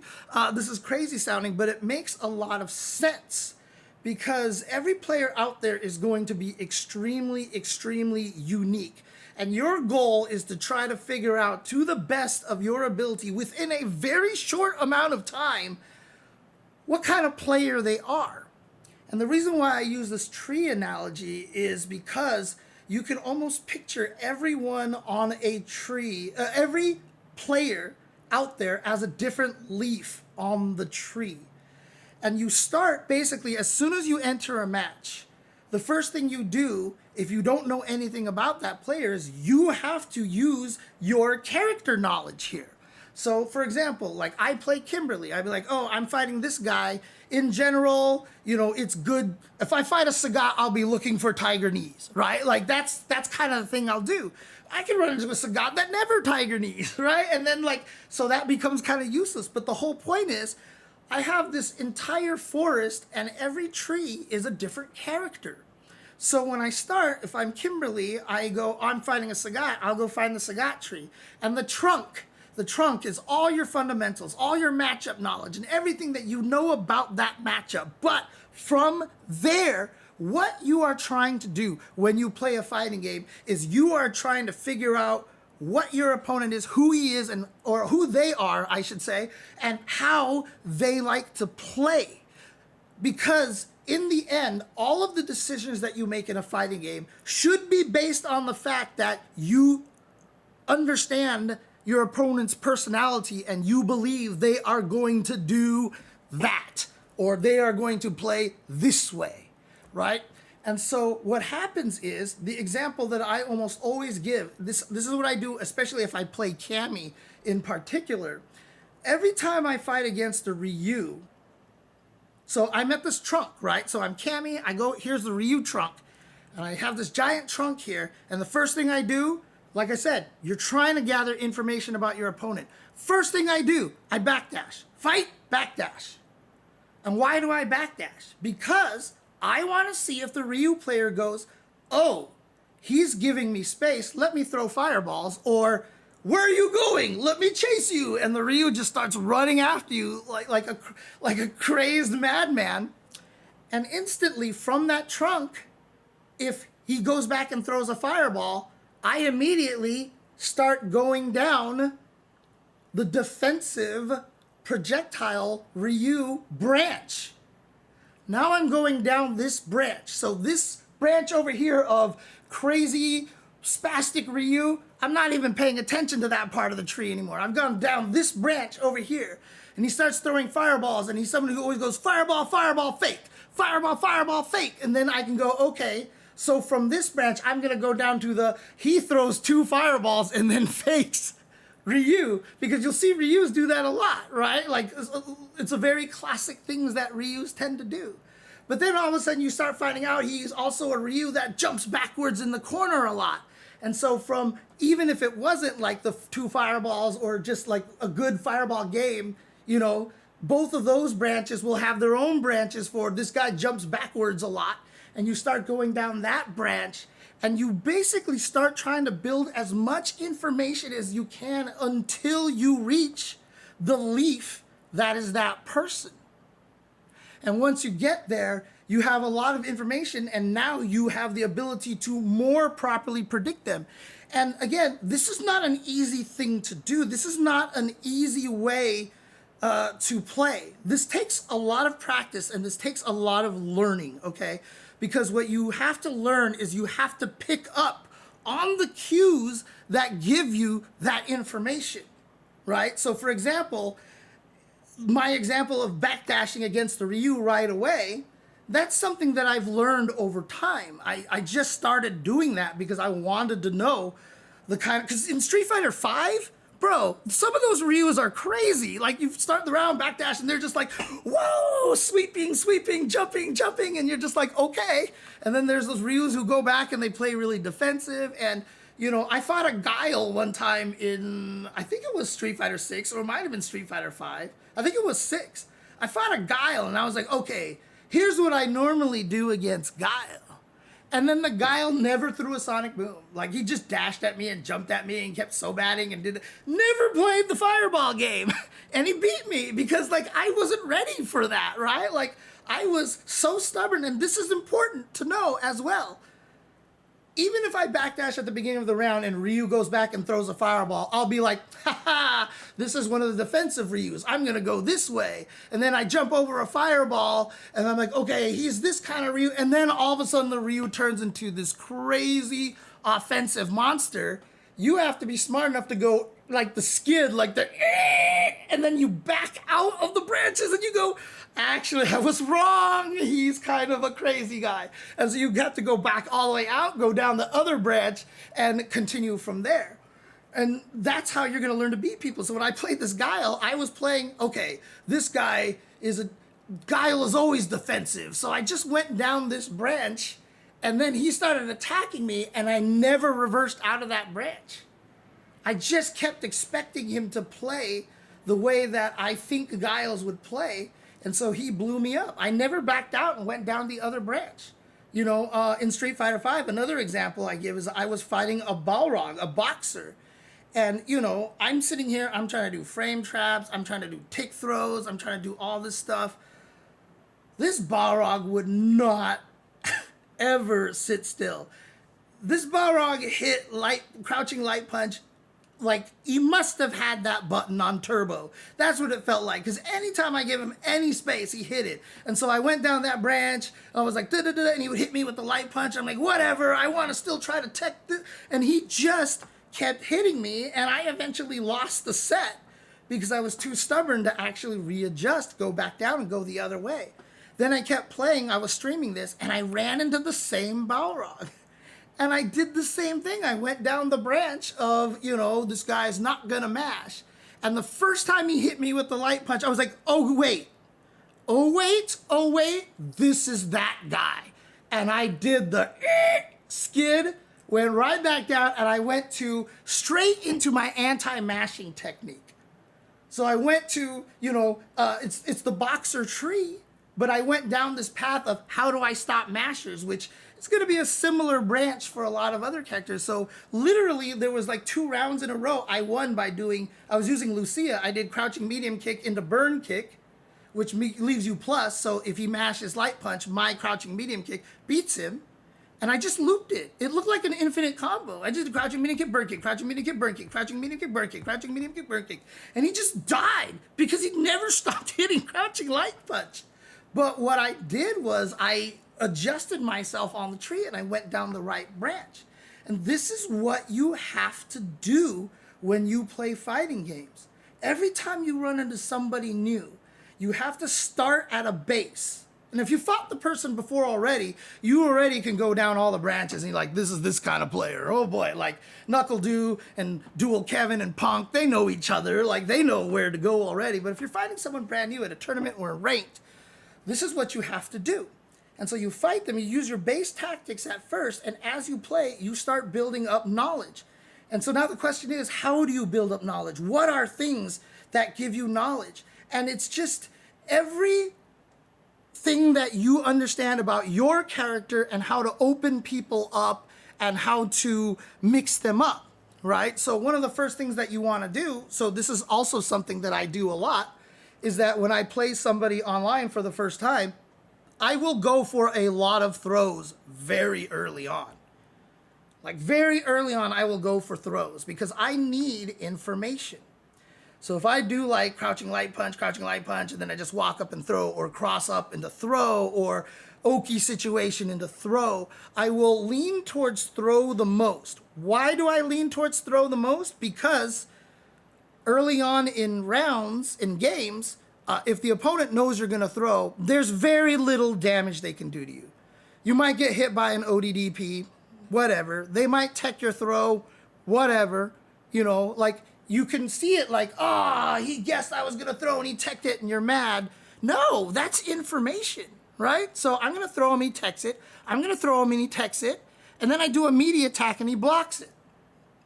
And again, with experience, what that tells you is that they delay tech. They do a delay tech, which is they get up, wait a few frames, and then they throw. So that way, if you media attack them, they'll block it. But if you throw them, it's still within the window that they can tech. So if this guy has teched every one of my meaty throws and then they block an attack, sure, I didn't do any damage to them. But what I've just done now is I have been like, okay, he is a techer, but he's a delay techer. And so I went down that branch. And sometimes when you watch me play on stream, you'll hear me say something like, oh, okay, this guy's shimmyable. This guy's shimmyable. Like, just out of nowhere. It's seemingly out of nowhere. But because I'm always trying to throw early on, I'm just trying to figure out this information. But, you know, if I try to throw him and he techs it, and the next time I actually do throw him, then the branch starts going down a different path. Oh, okay, this guy is actually trying to figure out and play the RPS of this meaty situation. They're not autopiloting this kind of thing, you know? And so you go down that path, and it just happens everywhere. They knock you down. Did they meaty throw? Are they a meaty thrower, or are they a throw looper? Are they a person who likes to go for meaty attacks? And you're just taking the path down the tree until you find the player that you're fighting against. And again, you may never actually get to the leaf, but by going down these branches and categorizing these players and slowly but surely whittling them down to a specific kind of personality, you'll have a much better chance of beating them. And yes, it may cost you a round learning information. You see this happen a lot with top players all the time when they fight someone they don't know. They fight them, they try something, they get hit by a level 3, they die that round, and they're like, got it. And then all of a sudden, the guy can never touch them again. Even though that first round, the top player looked so vulnerable, but they sacrificed an entire round just to figure out the branches and the leaves and stuff like that. That is more important than one round, right? And sometimes, and of course, a lot of the times, the top players will figure it out even before the round is over. They'll be like, oh, okay, and then halfway through the round, all of a sudden it just goes bad and they destroy the other player. And this is the kind of things that you have to do when you are playing fighting games, because the more people that you play,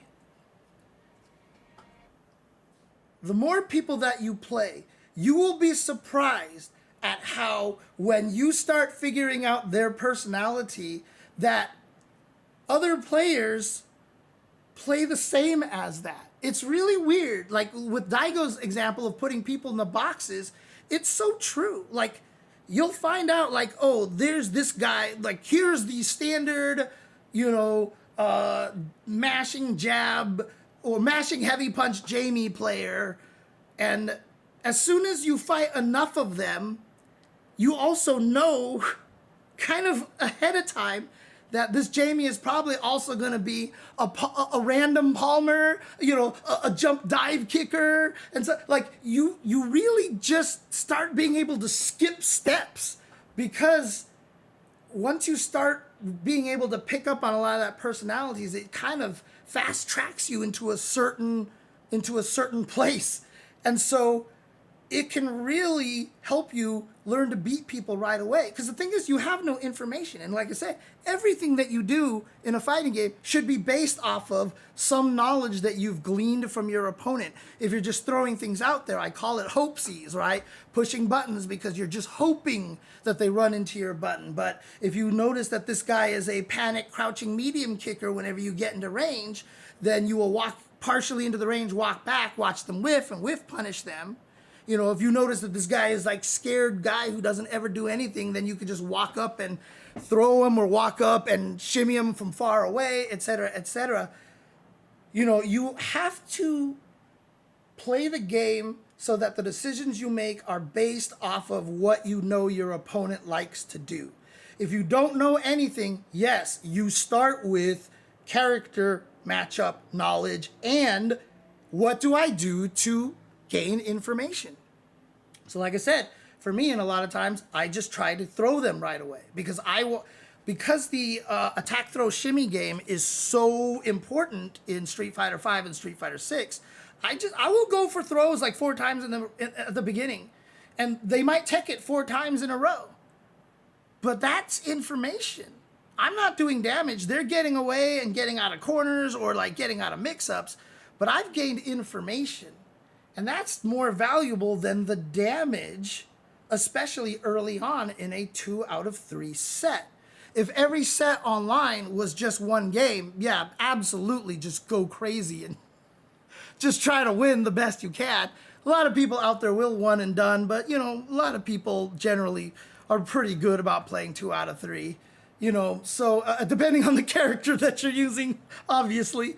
But, if you have a 2 out of 3, from a tournament standpoint, and even from an online standpoint, you might not get as many points losing the first game. But I'll tell you this right now. If you lose the first game and then you win the next 2 games solidly, that's not just, okay, I won and I got more points, but that is evidence of your ability to adapt, to adjust, and to figure out what it is the opponent does. And that, being able to experience that, to feel that, to know that that's what you've done to your opponent, you're just fighting them and you're like, oh, it's this kind of player. Oh, it's this kind of player. Oh, okay. And then slaughter them 2 games in a row? Like, that is a sign right there for yourself that you are growing as a fighting game player and you are playing it correctly. Because what you're doing is you're figuring out the kind of player they are and adjusting based on that. Which is why I always say, when you fight the other player and the other player is adjusting to everything that you're doing because they're doing the same thing that you're doing, and it's just back and forth and like, you make the adjustment, they make the adjustment, you make the adjustment, they make the adjustment. You were like, well, I'll do 2 adjustments ahead because I think you're going to guess this. And they also do the 2 ahead at the same time. And you're like, what? And like, you 2 play like the greatest set. It is like the greatest feeling ever. When you fight against somebody and you have that kind of set with somebody, it is the greatest feeling. And like, I swear to God, it like makes the best of friends. Like the 2 of you are just like, good shit, man. You'll like handshake if you're at a tournament or whatever. Dude, just at recently at the Soul Calibur tournament run by a chapter in the Pacific Northwest. I forgot what the tournament was called. I'm sorry.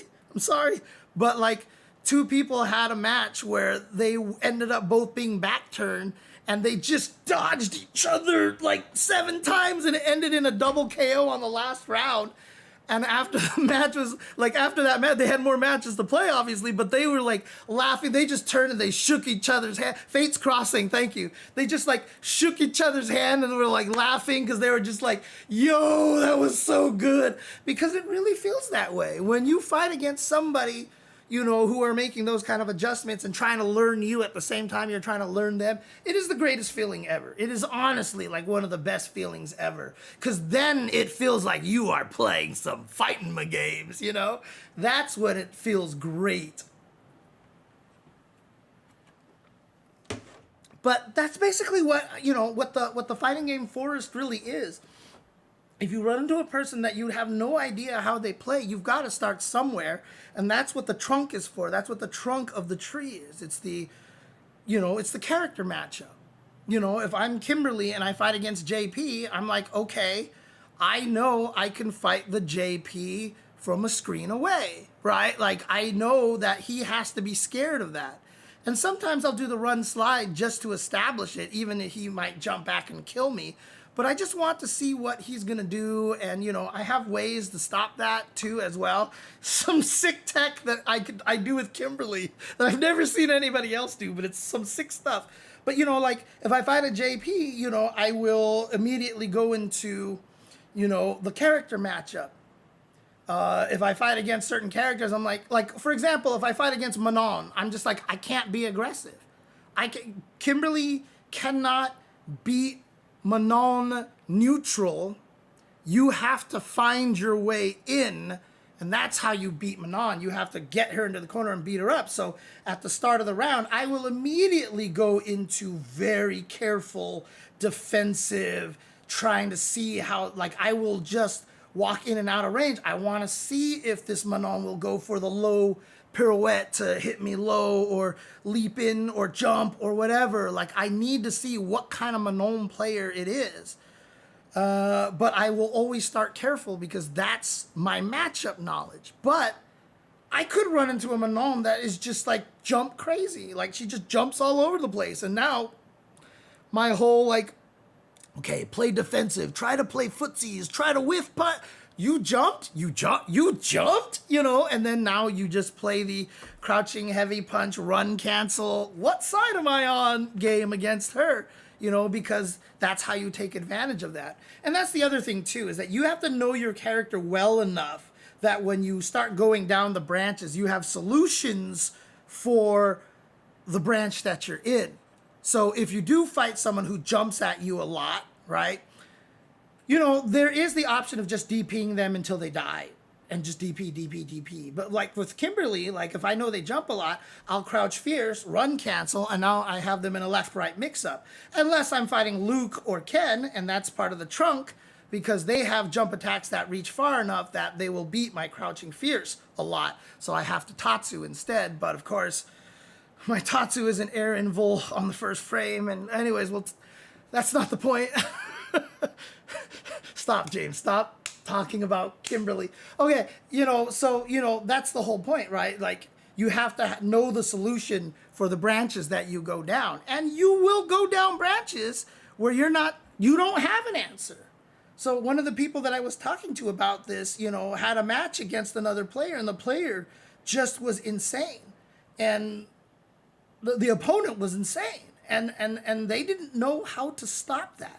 They didn't have an answer for that. And so that's the thing. That's another important reason why you create this branching method, because as you go down, you will reach a point where one branch, you're just like, I don't know what to do. And so now you got to research and figure out how to beat that. And interestingly enough, once you do that, the next time you run into a player that takes you to that branch, you'll know what to do already. It may take a month before you run into somebody that actually makes you go down that branch again, but you have a solution, and as you're figuring out the opponent and get to that point, now you know exactly how to stop it right away, because you've already understood what that personality type is and how to stop it. And again, it takes so many matches to start building these branches, because if you are new at the game, you don't even know what branch to build. I'm telling you, this is a guy who jumps back, this is a guy who drive impacts a lot, this is a guy who, you're not even sure what the branches are that you're trying to go down. You don't know enough about the game to go down those branches. And the key to that is especially if you don't have someone to talk to, you don't have people to learn from and stuff, you have to start recognizing things that beat you consistently or things that you keep running into and you're not sure what to do against. And then you figure out a solution. And yes, it takes a long time. You've got to figure every solution out on your own and one by one and build it up. But that's what playing to learn means. When we say when you go on ranked, you don't play to win, you play to learn. What you're learning is the archetypes. What you're learning is the types of players that you can fight. And again, just because I have certain branch paths with Kimberly doesn't mean I'm going to have the same branch paths with Elena or with Marisa or with Zangief. I will have different tests and different things that go down different ways because different characters just play differently. But the more you grow accustomed to learning what it is that you might expect your opponent to do, that's how you start beating strangers. That's how you keep getting better. You're not trying to play to continue to win. You're playing to get as much knowledge and information as possible. You're trying to run into as many situations where you're like, I don't know how to beat that. And when you run into that, that is a good thing. If you ever run into a situation where you're like, I don't know how to beat that, your initial reaction is going to be frustration. That character's too good. This tactic is cheap.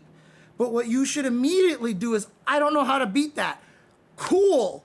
I have something to test, to learn, and to gain the knowledge of. Cool. I can check this box off. Now I can take care of this branch the next time I run into it. Play. Oh my God. I don't know how to beat this. Awesome. Let me figure it out. Research. I think that works. You run into another guy. That didn't work. Research.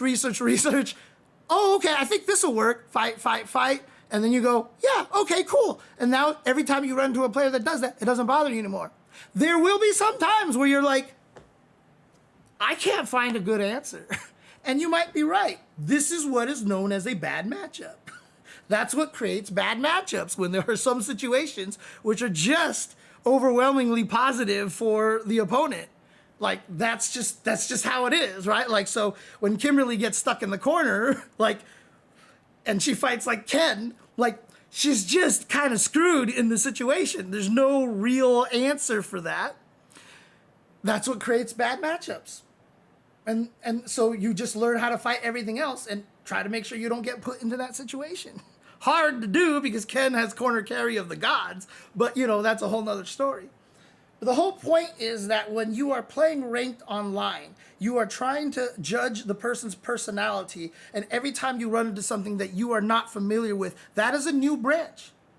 Because once you go down the tree, like, even after playing for a year and playing correctly like this, all the branches that you go down, there are gonna be like 60 to 70% branches that you've never gone down, that you've never touched. And you may run into one of those guys at some point and you're like, oh crap, what? Like what? Like, in a year, I've never run into this before. But that's okay. Because then if you lose to it, figure out how to beat it, and now maybe a year later when you run into it again, or you happen to run into somebody like that in the top 8 of a tournament, and you're like, oh crap, I know how to stop this, That's what fighting games is all about. I use the tree analogy because it's a very visual analogy and it makes a lot of sense, and it's very easy to describe each person as a different leaf, and it's very easy to understand. But again, Daigo has the boxes system. So he has, like, here's a defensive player box, and but this is a defensive player that likes to jump backwards, and so he has a jump backwards box in the defensive box. And he puts the person in that box. And then from there, he can move the person into smaller boxes. So it's kind of the same analogy, but I've always described it as the tree kind of thing because I just feel like it's more visually understandable. It makes a lot of sense. And so I hope that makes sense for you guys. So I hope that helps a lot. If you guys have any questions about this analogy and, exactly like again, as a person who does this, it's easy for me to gloss over things that I'm like, oh, this is so obvious. But you know, if I miss something, please let me know in the comments below. Add some questions, and I'll try to get back to them, maybe in a future video, or I'll try to respond right away. And so I do hope that this helped you guys a lot in learning how to, you know, fight against people that you've never fought before and what you're supposed to do. If you picture it as that, like I'm learning, go down the branch, it kind of gives you a better understanding of your mini goals that it is that you should give yourself as you play a matchup. You are not going in there blindly and going, well, I hope this works. I hope this works. You go in there and you're like, let's see what this guy is made of. Let's see what kind of guy this is. And it's crazy because different characters, like everybody, you know, says Kimberly's are insane. Yeah, most like Kimberly's will tend towards that. Blanca's will tend towards trolling. You know, like it's interesting how that works. But by building that knowledge base and continually building that knowledge base, and you're never gonna cover every leaf. Daigo, who has probably played Super Turbo for forever, doesn't have all the boxes, right? But the more boxes you have, like I said, you don't always have to go all the way to the leaf. The more branches you have, the more leaves you have. You don't always, sometimes you just get down to a certain branch, and that's good enough. That's good enough. They may do some specific things, but because you generally know what their personality is, that's good enough. You can beat this guy and may never fight them again in your entire life. You just need to know how to beat them that one time, you know? And sometimes just getting to a certain branch will be good enough. And that's the whole goal, is that visualizing this while you're playing a fighting game, that everything that you're doing is giving you information. This guy jumps a lot. This guy walks forward a lot. This guy likes to mash heavy kick. This guy likes to jump back. He drive impacts every time. This guy neutral jumps all the time, you know? Like, figuring out and understanding that every time you see this information, you try to see if that person does it again or how often they stick to these certain things. That's how you're going to approach ranked matches. That's how you're going to learn. That's how you're going to gain knowledge and become a better player, is because you will start understanding how to overcome common situations that happen over and over and over again. And again, you have one tree for every character. So right now there's like 30 characters in there. So you got 30 trees in there. You got 30 trees, and that's why I call it a forest. That's your fighting game forest. Every tree, different character. You start going down all these ones. And then once you start learning another character, you add another 30 trees, add another 30 trees for another character, add another 30 trees for another character. Pretty soon, you're going to have a pretty big forest. And that's why I call it the fighting game forest. So if you like this kind of content, please let me know. And I will continue to try to make a bunch of these more content like this if I can. So appreciate you guys tuning in and watching, and I will catch you guys next time here on youtube.com/@jchenzor, and hit like and subscribe, and I'll see you guys later. Peace. And for those of you who are here live watching this stream, I'm going to answer a bunch of the questions that I have not answered. So I know a lot of people are asking a bunch of questions, so I'm going to go look over here. In Before Your Trees Act Like the Ones in Lord of the Rings. Tree ants? No. Yeah, basically. Well, okay, I've played against hundreds of Sagats. I know the matchup. I know how to approach. Oh, what was that, by the way? Hey, Sarah Death. Thank you for the subscription. Appreciate that. Lose the battle, win the war, that sort of thing. Yeah. Do the very top players try to play out of personality when turning matched against people that know them well? What usually happens is, the problem with this is, and this is going to be like such an unsatisfying answer, but trying to play out of character against somebody you know becomes part of your character. So if you're trying to play out of personality against somebody you know, that becomes a branch.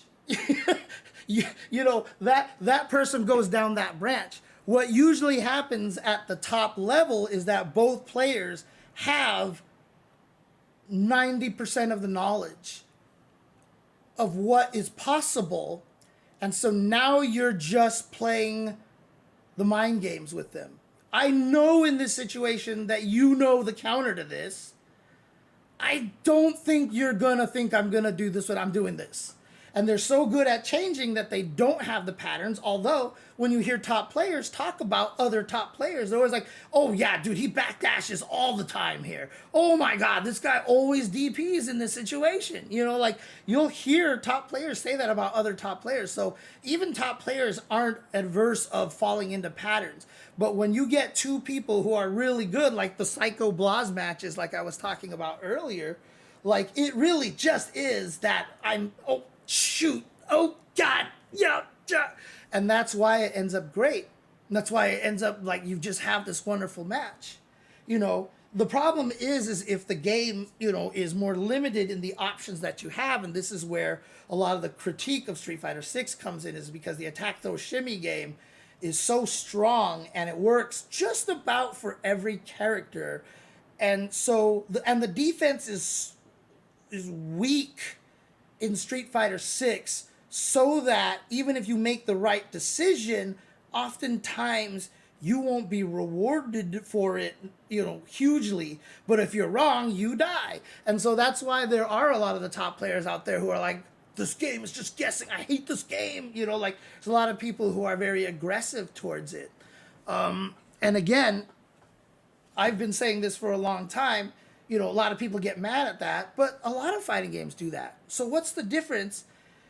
And, you know, people, oh, Drive Rush is too good, blah, blah, blah. I still contend that the level 3s are too strong. Because you're going to get a level 3 at some point, and that means you have access to 50% damage, like, at any given time.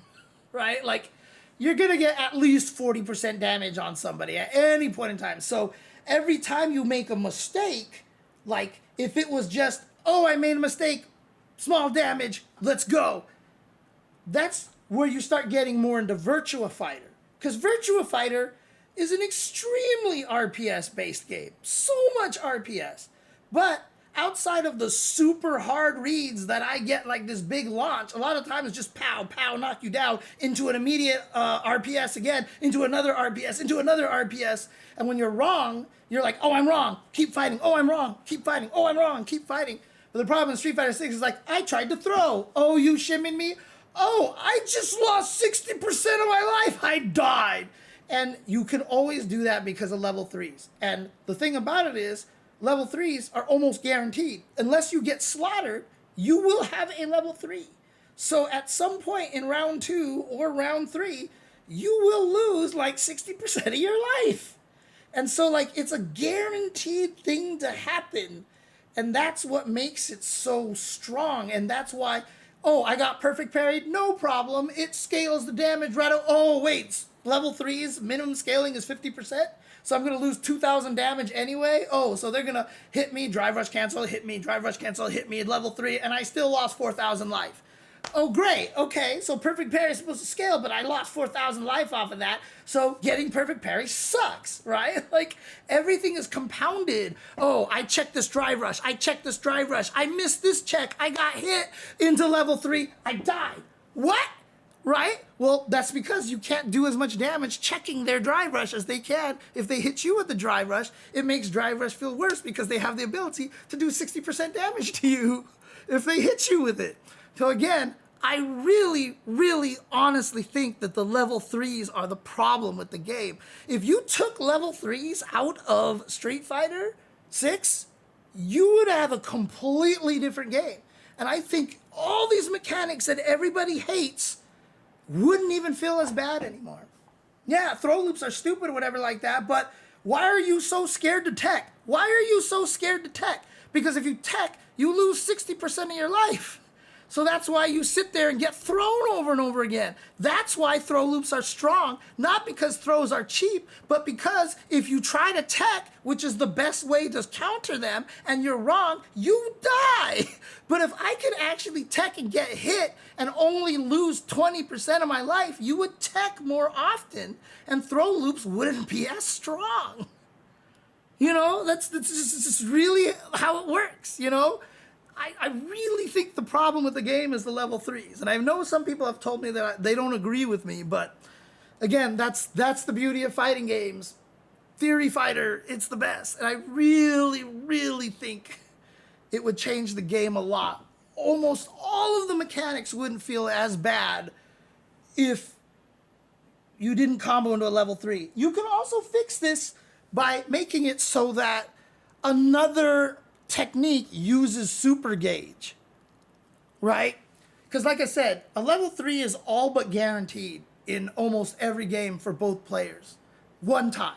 Like, you think of it like ultra combos are guaranteed once a round in Street Fighter 4. Level 3s are like guaranteed once a game in Street Fighter 6. But again, at minimum scaling, they do 2,000 damage. At a critical art at minimum scaling does 2,250 damage. So whatever I get before that, you always tack 2,000 or more onto that. That's like a 60% combo right there. And it's like, it just makes it so that every mechanic is really freaking scary. Anyways, I've digressed into my soapbox about level 3s again. But the point being is that at the top level, when people play against each other, it really just comes down to, yeah, like, am I just outsmarting you or not? Am I reading you right or not? And at the highest levels, you know, a lot of people say, like, it can feel like, that's why it is hard to be consistent in Street Fighter 6, which is what makes what Mena's doing just ridiculous. The fact that he is so consistent at beating people and guessing right, like, over and over and over again. I mean, it was the same thing when Idom made that crazy run at EVO when he beat Tokido and, like, Daigo in the top 8 from the loser side. When me and David were just like, oh, that's how you win? Just be right all the time? And that's kind of what Mena's doing right now. He's right all the time. Now, finally, I can say this because everybody else is saying it now. It helps that Blanca's fucking cheap. That character is so cheap, but even Mena knows it now. I mean, even Mena has always known it. He's always known it. And he made that tweet. He posted a picture of Blanca, and he's like, everybody, free money is right here. And you're not playing him because he's ugly? Like, what is wrong with you people, you know? And now everybody's actually putting Blanca in the top 5 and stuff. So I'm like, finally, finally, people are acknowledging that this character is so good. But again, you know, people are like, shut up, James. You know, you keep saying that Blanca's carrying Mena. No! I want all of our players to, like, Dual Kevin picked up JP. I'm like, let's go. I'm happy. You know, when NuckleDu picked up Maya, I'm like, let's go. Good. I want our players to be using the strong characters. Not just because I want them to win more, but again, like, I was literally talking to Just a Kid and Dual Kevin at Street Fighter League. And I was like, I'm so happy that NuckleDu's playing Mai. Because I was like, because if you don't talk about NuckleDu, who's the best Mai in NA? And they were like, probably Space Boy. And like, Space Boy's really good, but Space Boy isn't quite, you know, Punk, NuckleDu, Dual Kevin, like that level yet, right? Nobody at that level in the NA plays Mai. Except for NuckleDu now, right? And then I was like, who's our best Ryu in NA? And they were like, Paladin? And I was like, okay. Again, Paladin, very good player, not quite at that level. I was like, who's our best JP player in America? And they were like, I was like, what is wrong with us, dude? What is wrong with us? Why do we lose to these kind of things? Is because we don't have anybody like at that level playing these characters. Like, it shouldn't be this hard. Like, Mai comes out and Japan turns into 50% Mai. Like, they're all using Mai, right? I don't know what it is about NA players that they're just so averse to, like, top tier. I want us to play the best characters. Okay, you take Mena away, who's our best Blanca?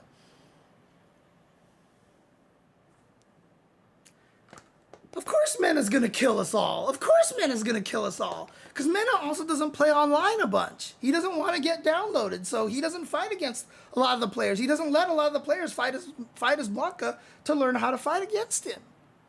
And if we don't have another Blanca player that is at least like 90% mana level, 80% mana level, you know?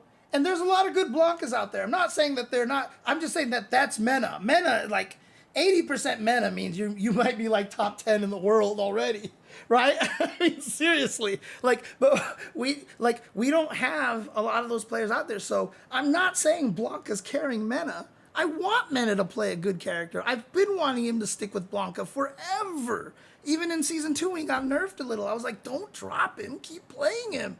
He's still really good. And now Knuckle 2 is playing Mai. And if Dual Kevin is picking up the JP, et cetera, we're all going to benefit from that. We're not only going to, be able to do better at tournaments, but we'll also learn how to fight these characters better too. Because if you're fighting against a Knuckle Dew level Mai, a Dual Kevin level JP, and like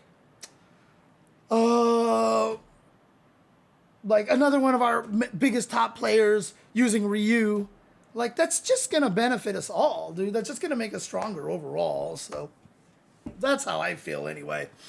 The Blanka in Street Fighter League Japan is Kings Vega, if I'm not mistaken. He got second place at the China Major. He got second place at UFA. Yeah, at UFA, because Sahara won that one and Kings Vega got second. Let's see, what, let me go back to some of these questions here. Okay, here we go. Do the very top players, that was from Evil Moose. Thank you for that question. I should have come here to watch this segment instead of playing Ranked. Well, I hope it went well, John the Automaton. One good thing is that can happen at any skill level. 2 lobies can feel that. Yeah, even 2 players who are new, once they fight each other, and like it feels good.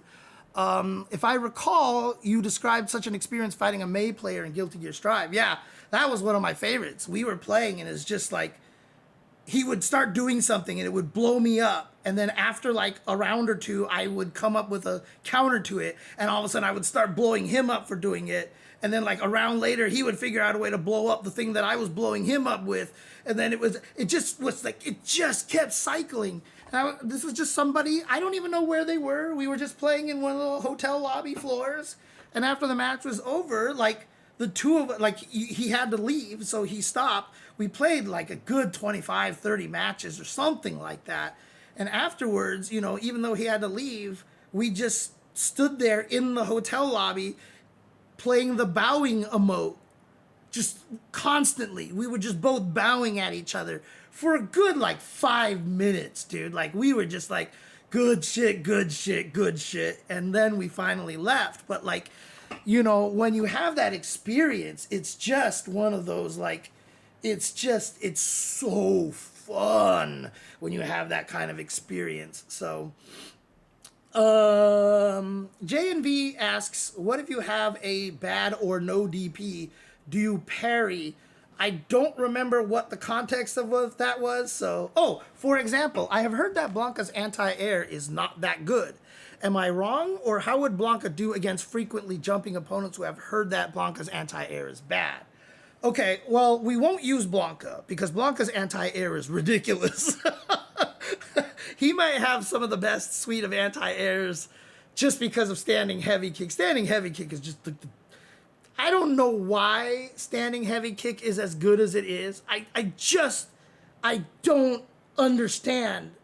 And again, if you guys are like, why is standing heavy kick so strong? Why do you actually consider standing heavy kick so strong? Let me show you why Blanka's standing heavy kick is so strong. Let's fight against Akuma here, right? Okay, let's just do against Akuma. Look how many active frames it has. 1. There's 9 active frames. So I don't really have to time so well, right? And then the other thing too is that on counter hit, it knocks down. Why does it knock down on counter hit? Why does it knock down on counter hit? Why? Why does it knock down on counter hit? I traded. Okay, cool. I'll trade again. Oh, doesn't matter. Same combo. Why does this move knock down on counter hit? Why? Why? Why?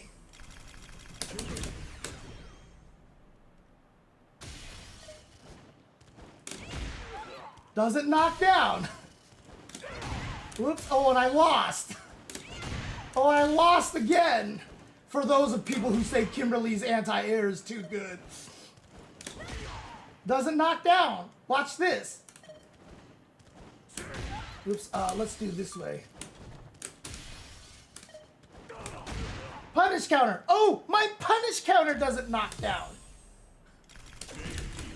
I'm going to be JP over here, okay?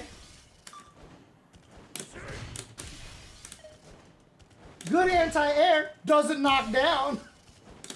Doesn't knock down. Really good anti-air. Doesn't knock down. Why is Blanka standing heavy kick a knockdown? Why? Why? Why? Why does this knock down?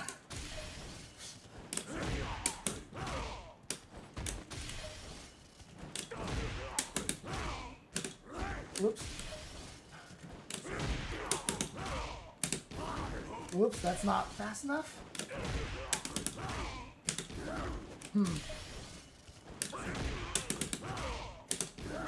Huh, interesting.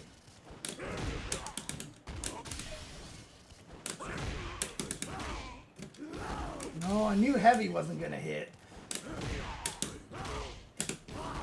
Huh, okay. I don't know what the main combo is at this situation here. I would have to research it. Oh, wow. You really use up a lot of juggle points on that. That's surprising. I wonder if the up ball actually hits. Let's see.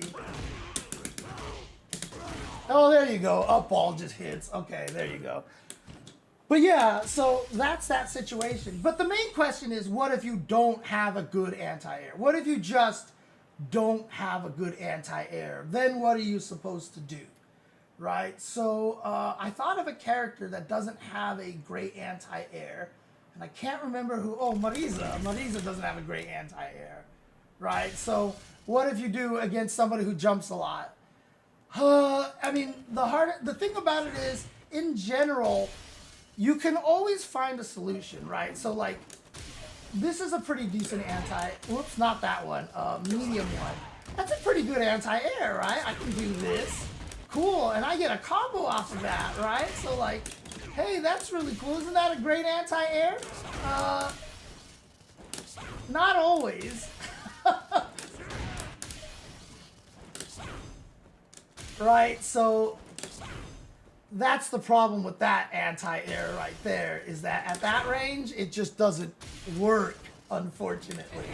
So you are going to die, right? So it's really annoying there. But if your opponent jumps a lot, no matter what, you can get something. You can get something. If they are crazy and jump a lot, you don't even have to wait until the last second, right? And then if you are good at reacting, that's the best anti-air that that Marisa has. Is just that, basically. And the reason why it's so good is because even if they don't do a jump attack, if you time it right, whoops, I did that one too early. God, you can do this.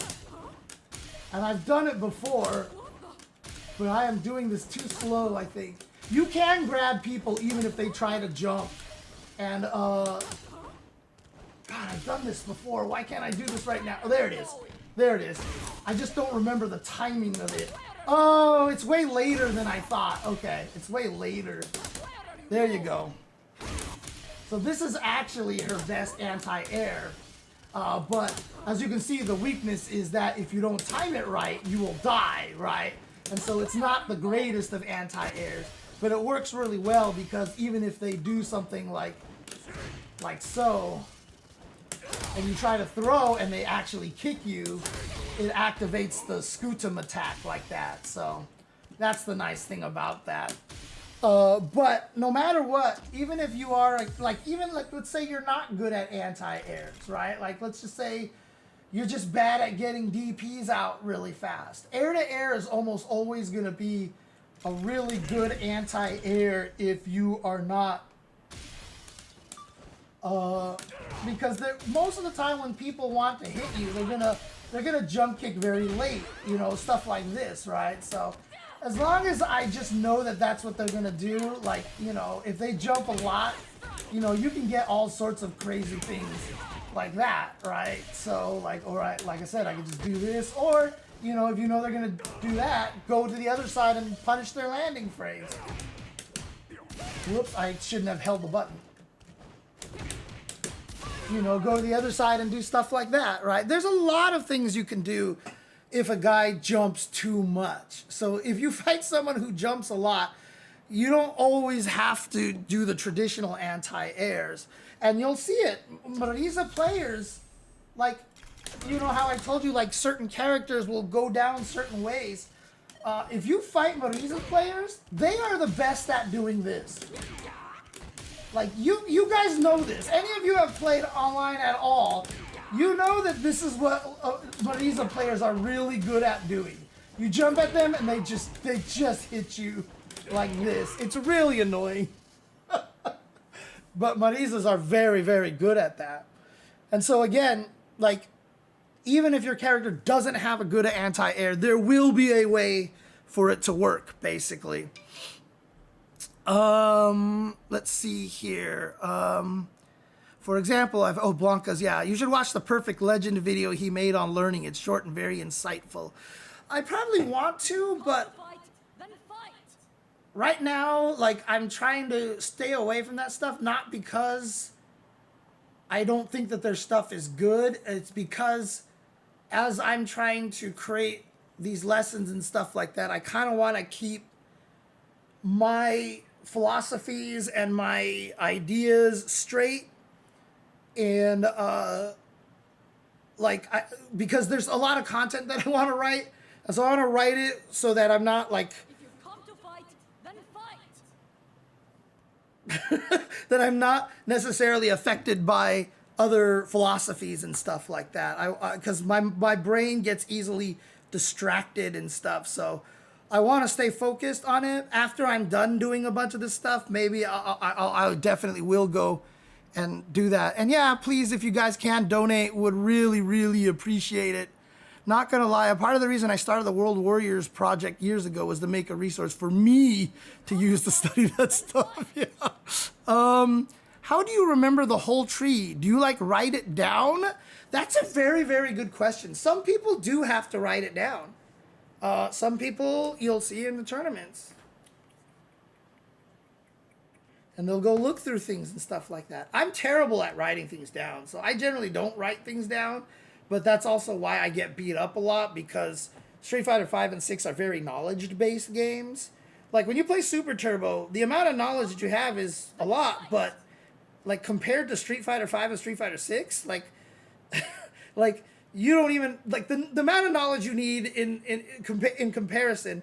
And again, this is weird. I'm old school, so I should be gassing up all the old games and stuff like that. But the amount of knowledge you need for a lot of these modern games is a lot higher, because you've got to memorize all this frame data stuff, and, you know, this knockdown, when he whiffs this button, it's a setup for this. Like with Marisa, I have a certain situations where I can knock you down, and depending on the button I whiff, that sets up a regular throw, or this one sets up a meaty this, or this one sets up. So, like, it's kind of a telegraph, but my guess is that most people who are playing haven't seen a lot of these Marisa setups, and if I keep switching between them, they're just like, what? You know, like, and they're just gonna get hit by them a lot, which is why a lot of times the strongest characters are harder to win with in some ways, is because everybody's seen that setup. Like, everybody will remember the setups that frame kills that, like, Mai has, or like, oh yeah, that sets up a safe jump. I've seen the safe jump because this Ryu has used the safe jump. Like, I've seen 9 Ryus use the safe jump, right? So like that. But, you know, it really just comes from experience. Just play a lot, play a lot, play a lot, and eventually, yeah, you'll just have all of that knowledge in there. You'll gain a lot of that knowledge, and And again, if you remember a lot of things as general, like I said, when you go down a branch and you run into something, you're like, I don't know how to fight that. And then you figure it out. A lot of the times when you run into that situation again, the familiarity comes back, or you're like, shoot, I had something that stopped this. What did I do? What did I do? What did I do? And, you know, if you forget and you lose, but then you go research again, you're like, oh God, that's what I did. Trust me, like things stick. When you forget it and then remember it, and then forget it and then remember it, it sticks a little bit better after that. But it is hard. There's a lot of stuff to learn, but you know, as detailed as it can get, you want to generalize it a lot if you can. So what if the opponent suddenly switches strategy or tactics? That is, like I said, where the great joy of fighting games come in.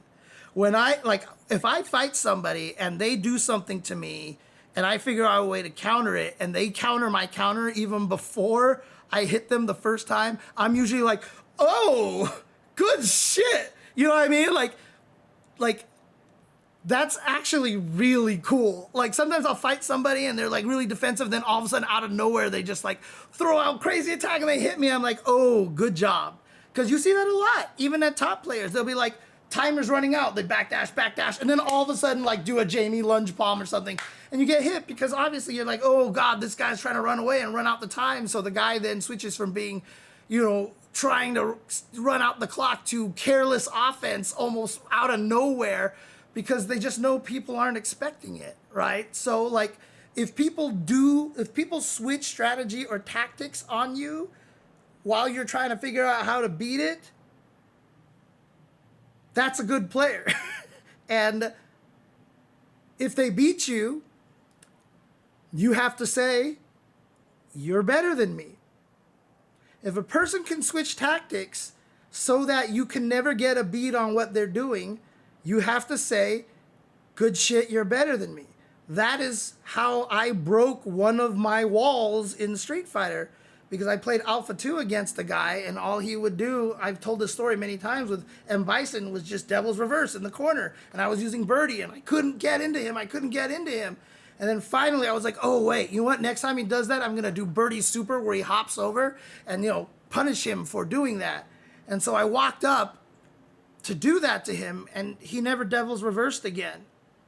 And I was like, what the fuck, right? I was like, I figured out how to beat him, and he stopped doing that, and he started doing other stuff. I was like, what the hell? And after I was done, I was just walking home to my apartment, and I was so mad the entire way. And halfway walking back, I was just like, he knew when I switched. He knew when I switched. I started playing differently. He was controlling me. He was making me play a certain way. And as soon as he noticed my character's body language changed, he knew I figured something out, so he stopped doing it. I was like, oh my God, oh my God, oh my God. And like instantly, like I just broke through a barrier. I was just like, bam, just like, I get it now. You know, like it was just one of those situations. And so if your opponent changes their tactics intelligently, not like a spaz, but intelligently, then you're just like, yeah, good shit. You're better than me. I have to be better. So let's see here. Another question. How do you structure your gameplay so that you get the most information about the opponent? So like I said, that takes experience.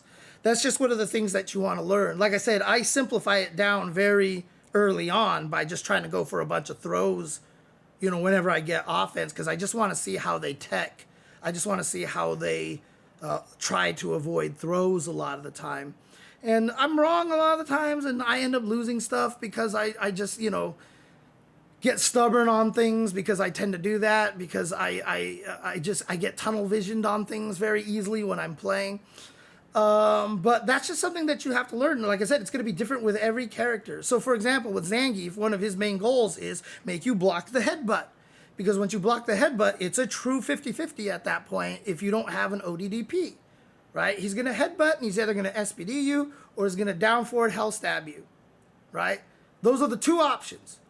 And you have to guess, am I going to try to avoid the SPD or if I'm going to block? Right?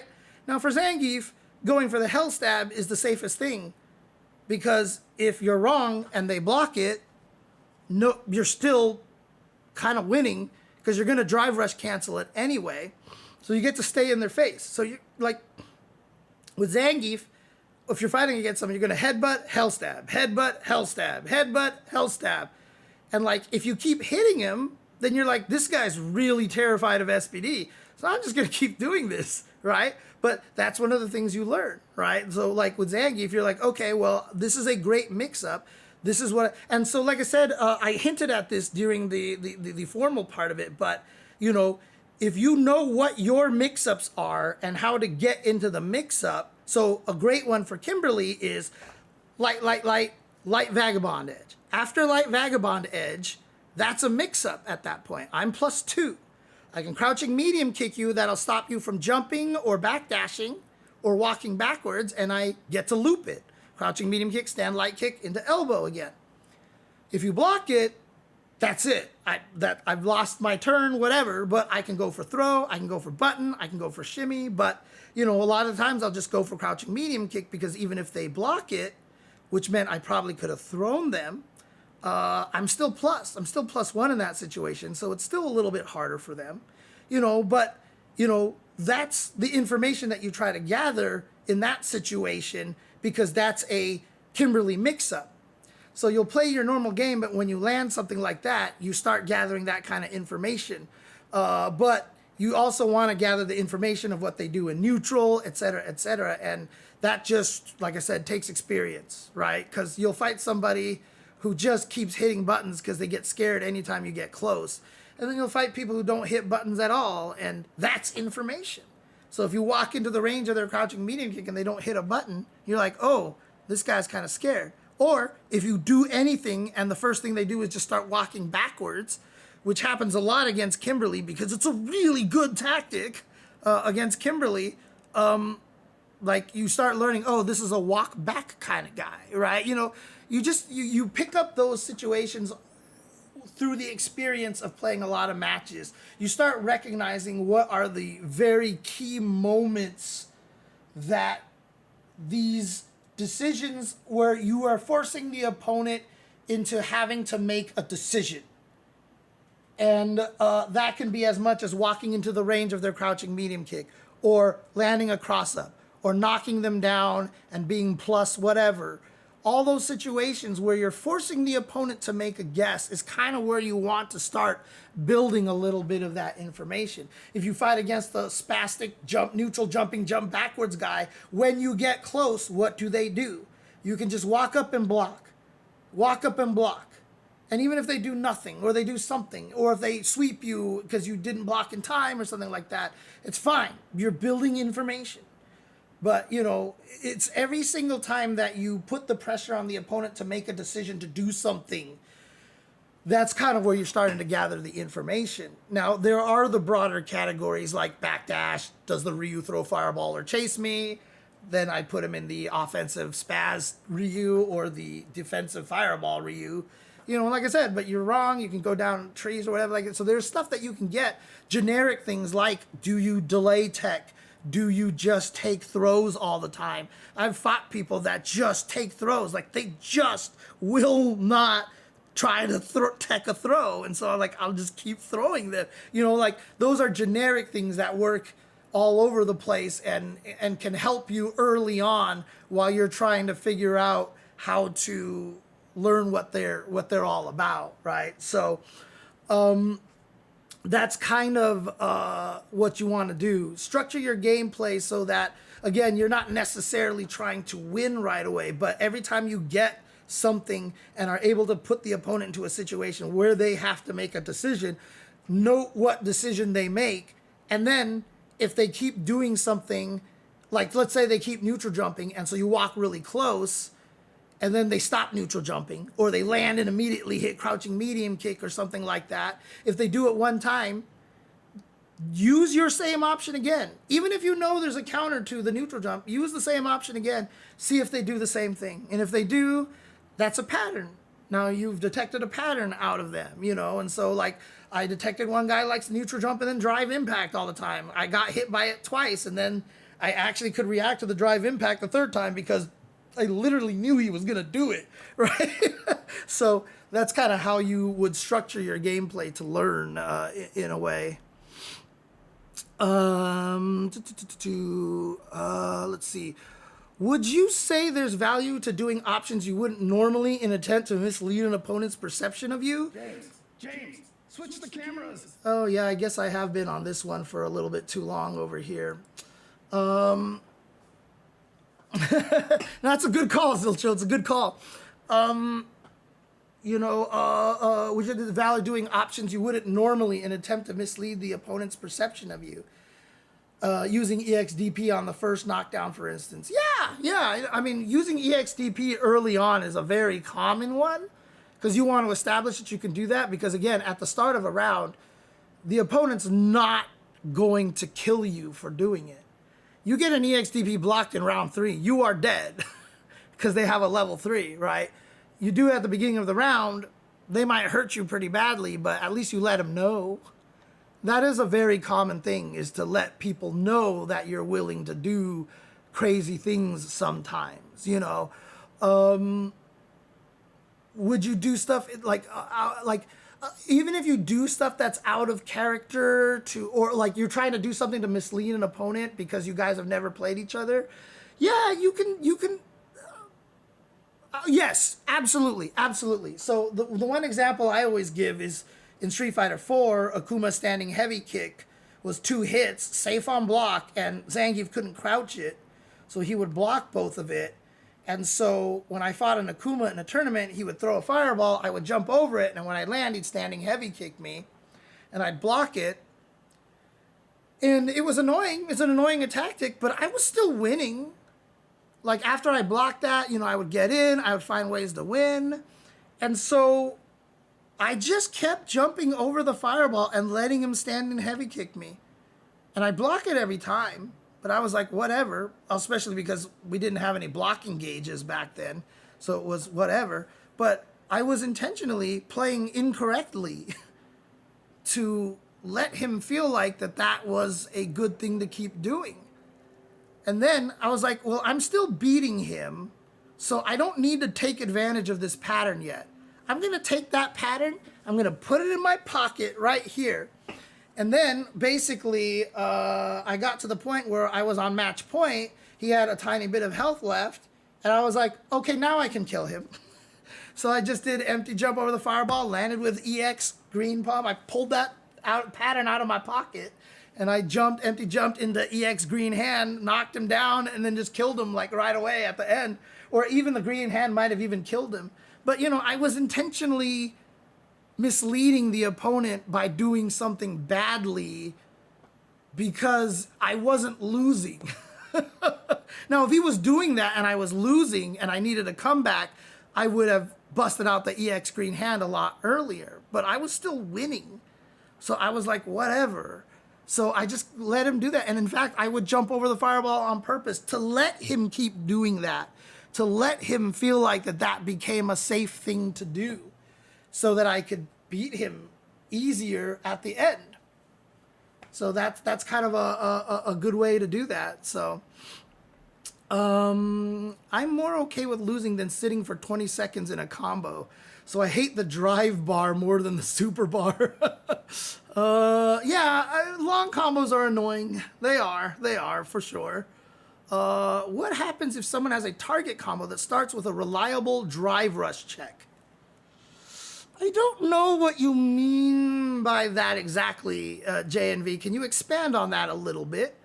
John the Ottoman, I'd argue throw loops are bad just on their own because they're boring as fuck. Yeah, no, that's 100%. 100%. I've never thought that throw loops are necessarily too powerful, but they're ugly. They make the game look bad. And I want to get rid of throw loops for that reason more than anything. Throw loops are a deliberate choice in this game, you guys think? Yeah, absolutely. 100%. 100%. 100%.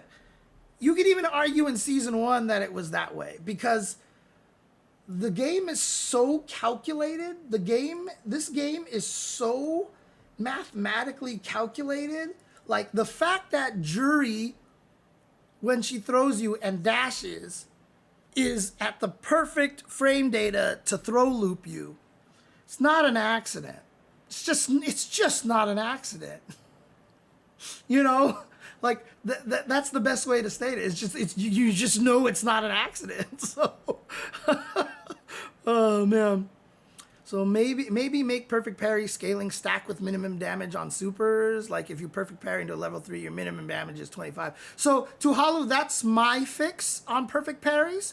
I would make it so that it doesn't drop the scaling down to 50%. I would just put a blanket 50% scaling on top of everything. So if you did a really long combo, the level 3 would only do 1,000 damage at the end. Because if you get perfect parry, like, it should be hard for you to die. And if you're that low on health so that the level 3 does kill you, well, you've made clearly a lot of mistakes beforehand, so you deserve to die. So, but the fact that you can get perfect parried with 40% health and die, I think is a problem. I think that's a problem.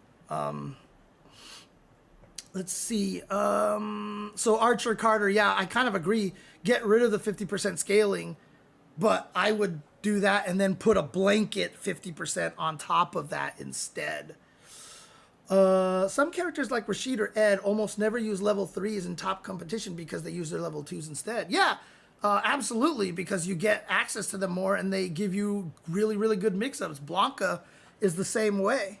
And so, yeah, of course, if you have a really good level 2, you know, that's great. If you have like the worst level 2 in the game, Kimberly, then, you know, then you just rely on level 1s and level 3s. That's it. But the thing about it is, if level 2s are better than your level 3 because they're so good, well, of course you're going to use your level 2, because then you can use your level 2 like 3 or 4 times in a game. Whereas the level 3, you could probably use twice max, right? Like, if you have the ability to use a level 2, but that's not a sign that level 3 isn't good. That's just an indication of how strong their level 2s are, basically. He's the most character, so it helps. Yeah, he's cheap. Yeah, Blanca's cheap. Oh, God. Hey.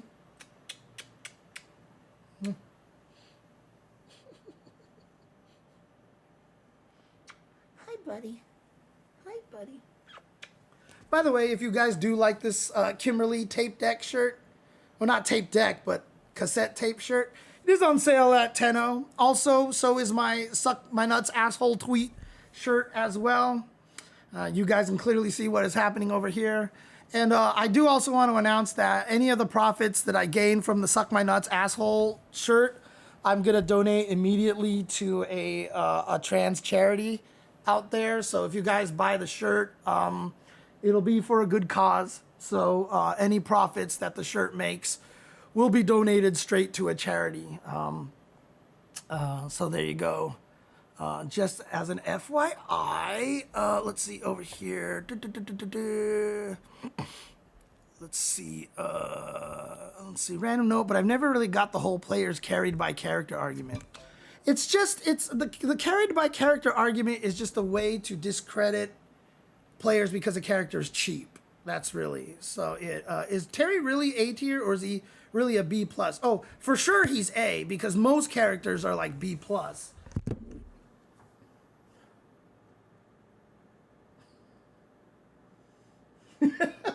Nathan was just looking at me and was like, did I do something wrong? Did I do something wrong? Oh, man. Yeah, I audibly said, what the fuck at those active frames. Yep. Oh, man. Anti-air into level 3 is dummy damage. Yeah, it's still really good. It's so good. So constantly working on improving your general game knowledge whilst also simultaneously learn to recognize patterns when playing to adapt to and overcome opponents in regards to the FG Forest. Yeah, so yeah, well, that's the nice thing is that learning to recognize patterns leads to improving your general game knowledge. Because when you recognize, one of the most important patterns to recognize is, why do I die to this like 90 times? Like, one of my number one patterns is I delay tech all the time. I get shimmied to death in every game. Like, if you shimmy me, I just whiff throw and I die. I don't know why. I can't stop myself from throw. I'll tell myself, don't throw, James. And they come up to me and they walk back and I go, whiff throw. And I'm like, James, switch the monitor. No, like, don't tech the throw. And I still do it anyway. I recognize the pattern. I'm just having trouble breaking my muscle memory habit, unfortunately. So, yeah, blocking stuff gives you ultra meter. That's right. I forgot about that. Yeah, Xiaohai getting throw loop made that tourney look like a joke. Yeah, it always makes it look ugly. Hang on a second. Let me see something really quick over here. Olaf is trying to text me. Let's see here. He might be hungry for a snack.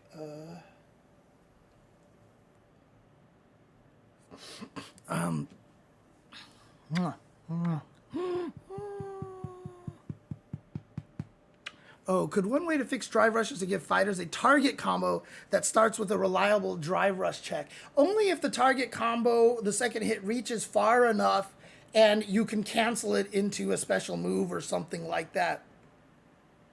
But it's still, like, it's still not good enough. The way that I have stated it is that if I check you with if I check your drive rush, most likely the way that I can get normal damage is by drive rush canceling the button I checked you with. And then if I want to extend the damage and I drive rush cancel again, I'm burned out. Whereas the person drive rushing in at me gets to hit me and they get +4 on their hit and they can easily link into something. And so if they want to extend the damage and they drive rush cancel, they still have 2 bars left. So, which means that they can extend the damage one more time again. So in other words, to extend the damage for them puts them at 2 bars. If you're checking a drive rush to extend the damage, you burn yourself out. So the opponent also has the option to extend the damage a second time before going into the level 3, because then they get burned out. So just the amount of damage that you can do is always going to be better for this character drive rushing in, because if he hits you, he also gets +4. So if he hits you with something, he can link into a heavy punch and get more damage and get better combo moves, etc., etc. So it's never going to be equal that way unless, like I said, I've been saying this forever now, if you check the drive rush, give you the +4 for checking them, and when you hit them, they stumble forward. You know, it's like their drive rush comes through and you stand in me and kick them, and they go pow, and then they stumble forward. Now they stumble into you when you check with a button that can't be canceled, but now you get 4 extra frames, so now you can link off of it like they can link off of it as well. And if you want to extend the damage, you would just drive rush cancel 1 time and you would still have 3 bars left. And so if you want to extend it for more damage, then you burn out and go into a level 3. So now if you do check a drive rush, you're just more rewarded. So now the opponent has to feel like they have to be more careful with their drive rush. So the thing about it is that drive rush, you know, feels like it's like an alternate jump, right? Because I've often made the comment that short hyper hops in KOF are just like drive rushes, but it's actually harder to get a full combo off of a hyper hop than it is off of a drive rush. But that's fair, because if you stop a hyper hop, you don't get a ton of damage off of them, and they don't get a ton of damage off of you. Having a drive rush be an alternate to a jump feels right, but yes, you can't get a lot of damage off of somebody who jumps at you, but that's because it's hard to jump at somebody. They've got half a second every time to DP you, whereas a drive rush, they don't have much time at all. But you get way better rewards off of the jump attack. If you land a jump attack, you get better rewards. But the rewards are so strong with a drive rush, and the punish, if you get checked, is so minute, is so minuscule.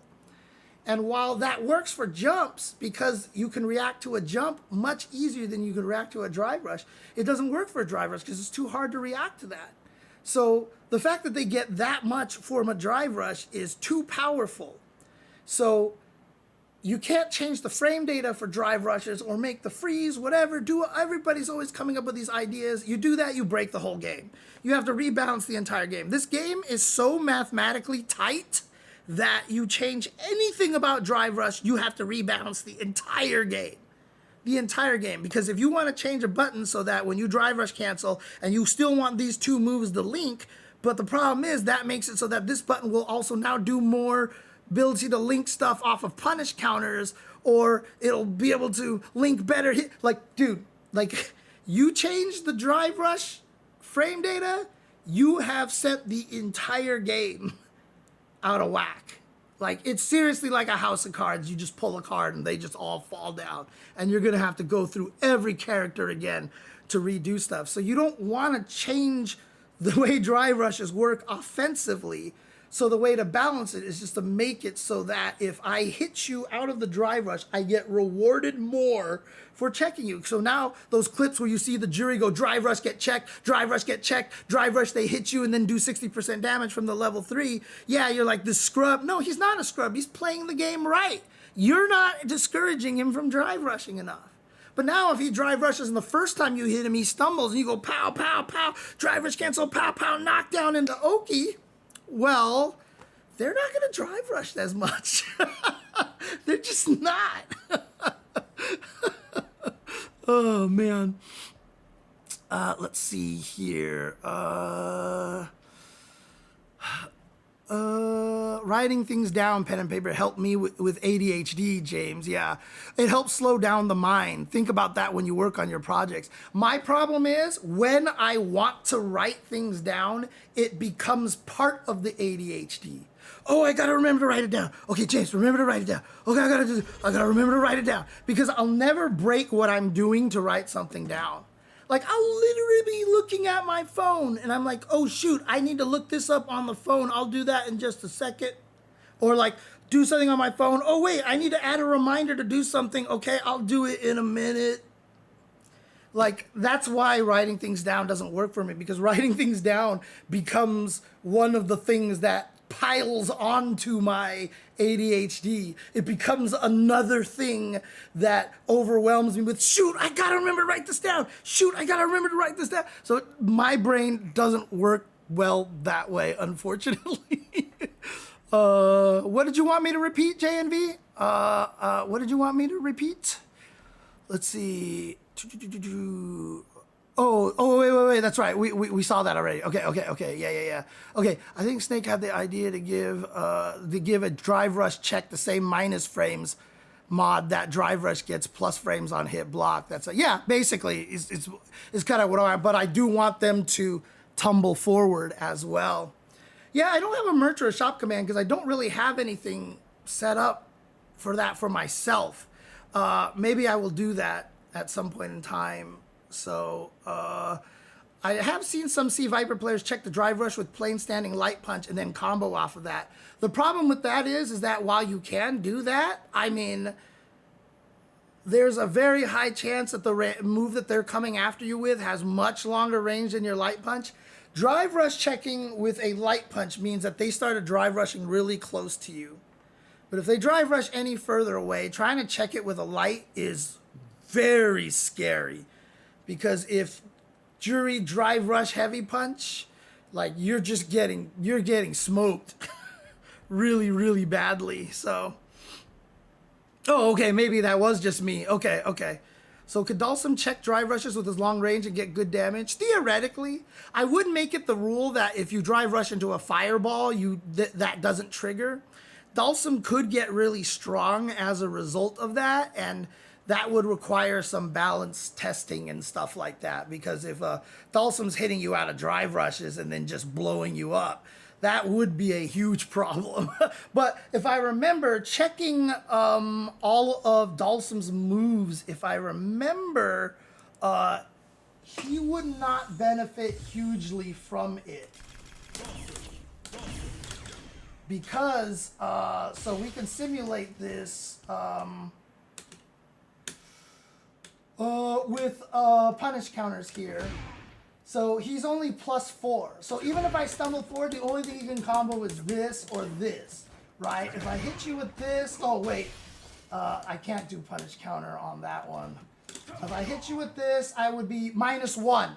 So I couldn't even combo off of it anyway.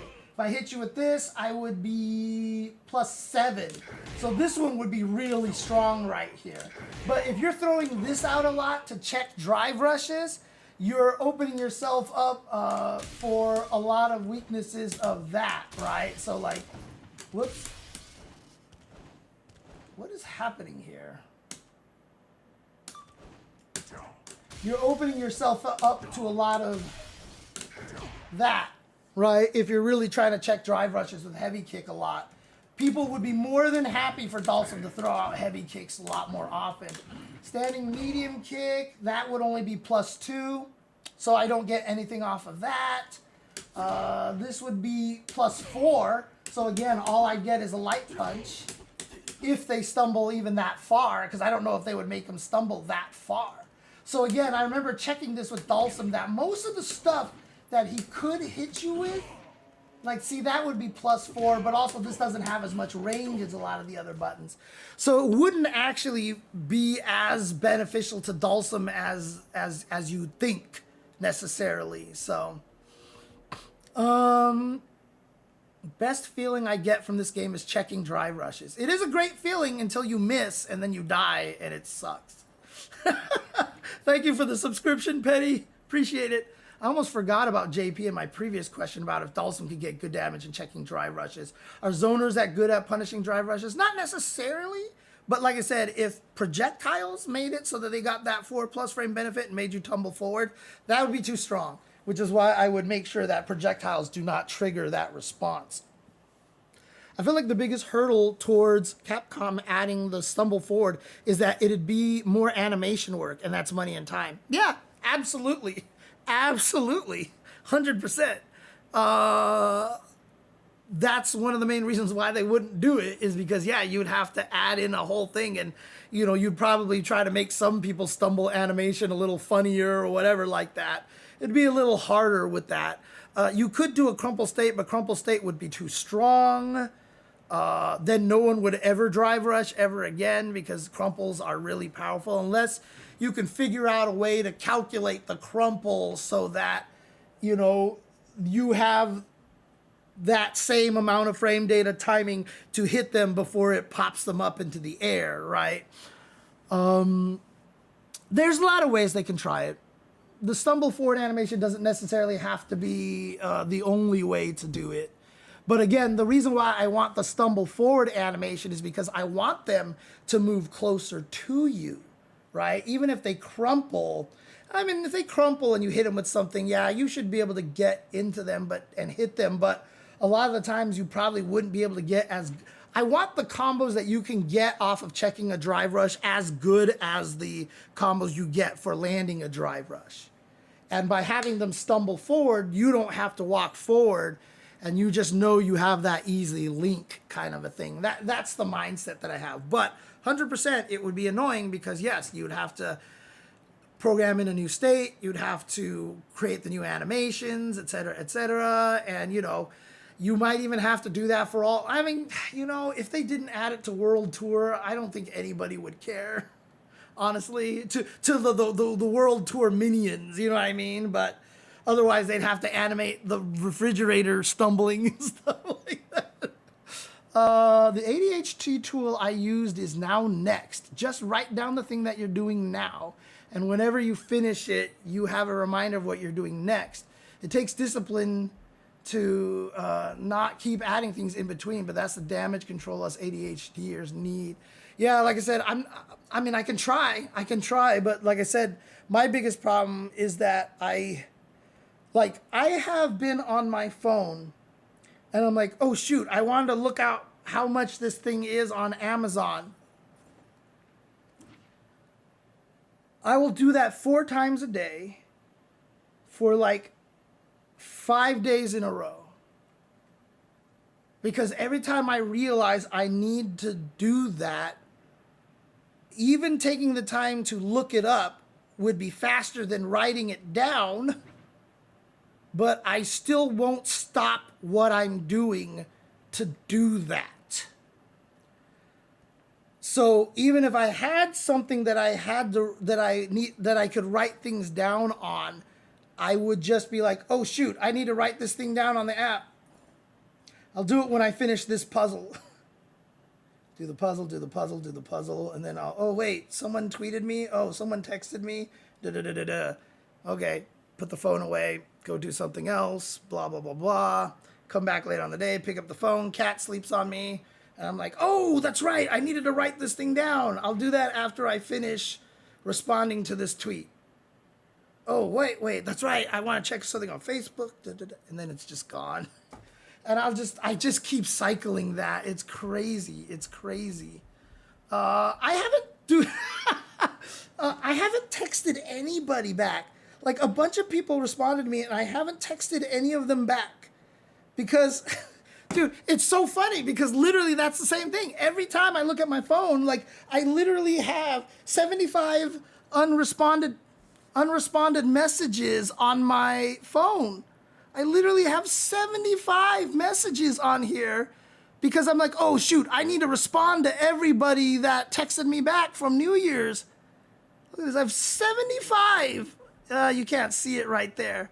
And yours is one of them. And every time I'm like, shoot, okay, today I'm gonna sit down and I'm going to respond to all those texts and, oh cool, what's this? Oh, what people talking about on social media? Dude,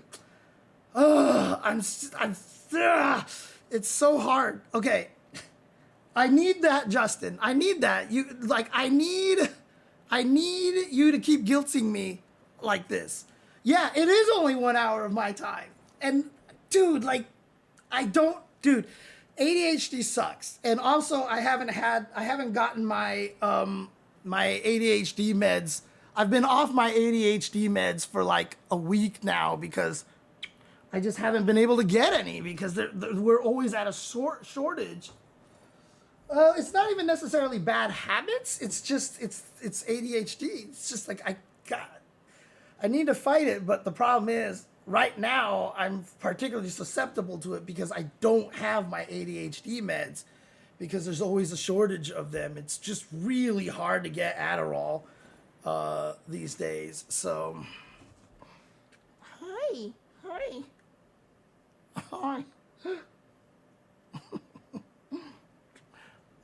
Text me again, Justin. Text me and be like, James, what the fuck? And if you just keep doing that, I'll be like, oh God, okay, I'll respond. Like, I would, like, nobody's ever actually bothering me because I already feel bad about it. So if you do that, I'll be like, what's your problem, Justin? Be patient. I would be like, no, you're right, Justin. I'm terrible. So I would try to respond. So never feel like you're bothering me. But I definitely need to respond to all of those. So I'll do that tonight, maybe. We'll see. But I hope you're doing well, Justin. I hope things are going great. I know I talked to you about visiting you up in Canada at some point in time. I just haven't started doing the proper planning for that trip yet, but I will try to do something when I have a chance. So, apologies. Sorry, sir. my sincere apologies. So that's good. I'm glad to hear that, man. I'm glad to hear that. I'm always happy to see all the good stuff that you're doing, dude. You're always doing a lot of good stuff. So keep it up. See, Justin is who you need to model. Like if you try to be a content creator, Justin is what you want to model yourself on. Although Justin, I am going to try to play a lot of Vampire Savior on Fightcade pretty soon. So I'm definitely going to, finally get into some of the old games and stuff like that. So I definitely want to just bone up on Vampire Savior because if I can get commentary at Evo, like I want to do Vampire Savior top 8, I want to do Vampire Savior top 8 because I have been wanting Vampire Savior at Evo forever. And if I can do that, I mean, I already know the game a lot, right? But obviously once you play it, you're just going to learn a lot more as you keep going. So I'm definitely going to be playing that a bunch coming up pretty soon. So, no, I'm not that good. I'm not that good at VSAV. Oh, you're talking about commentary. I thought you meant playing. I was like, what? What are you, crazy? No, yeah. For commentary, yeah. I mean, I hope so. Yeah, that's all I get. Like, I don't even care if they don't give me Street Fighter 6. Like, I've been wanting to get back on Street Fighter 6 for a long time now, and now I'm just like, whatever. Put me on VSAB. Yeah. I mean, a lot of the times when I do it, like, it's always like someone random, like you know how like when I did it with CVS2 with Rome, it would like a lot of times they just put Rome on there. Maybe even Esteban might want to do it if he doesn't get into top 8 himself, you know. Oh man, but yeah, for sure, I wanna play a lot of Vampire Savior because I love that game so much. I never got good at it in the real Japanese style play. And so I actually just want to sit down and learn that. So, I mean, I can mimic a lot of it, but I'm just not very good at it. So I just need to practice and actually start implementing a lot of that stuff. So, yeah, Daigo won a lot of the tournaments back then versus Nuki. So, yeah, those two were always... I mean, so the character that I plan to play is Bishamon. So I've been watching a lot of Nakanishi recently because he's basically the Bishamon god.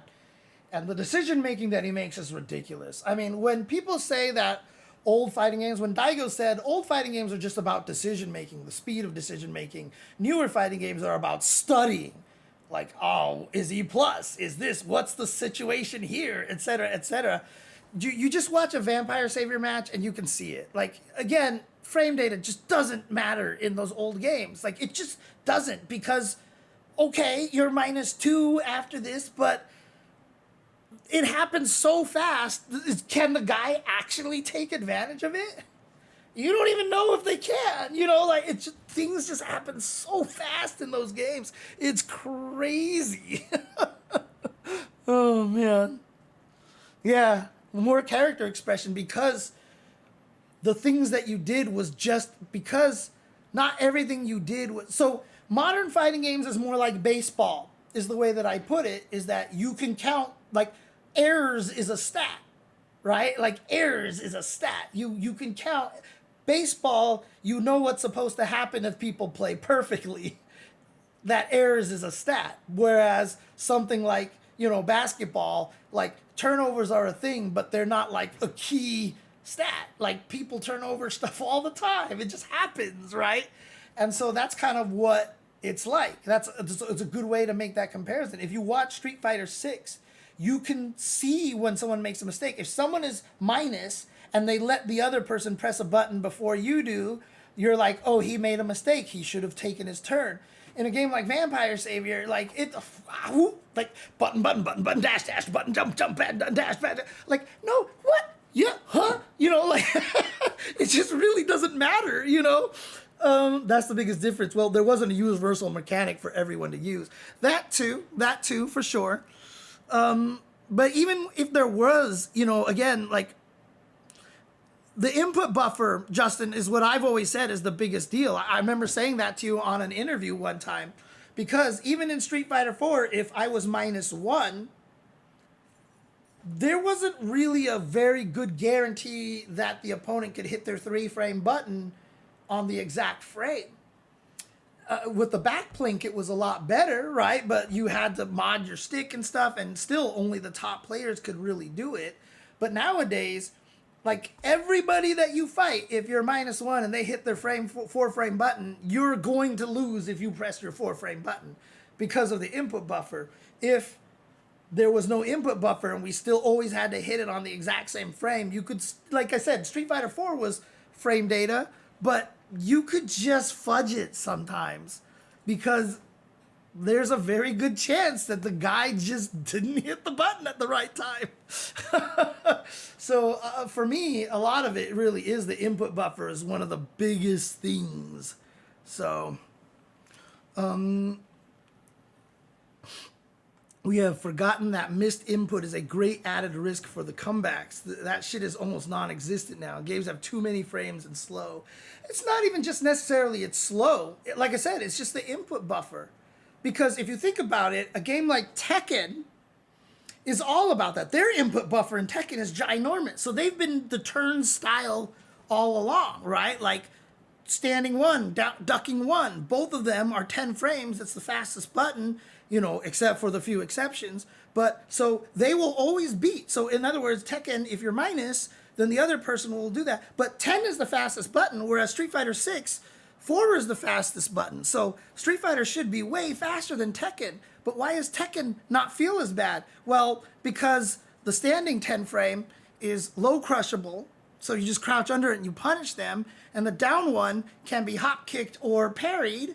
And so there's built-in ways to beat that stuff. So Tekken's moves are technically slower, but it doesn't feel as restrictive because there's a lot of ways to overcome they built in a little bit of weaknesses to these things. The problem with some of these games, this is why I would prefer having invincible DPs without meter. You can't do that right now because that would be broken in the scheme of how the game play right now. But I've always said, in Street Fighter V, if you were in the corner and Karin walks up to you and does crouching medium punch, stand medium punch, and if you have no meter, you can't do anything. Nothing.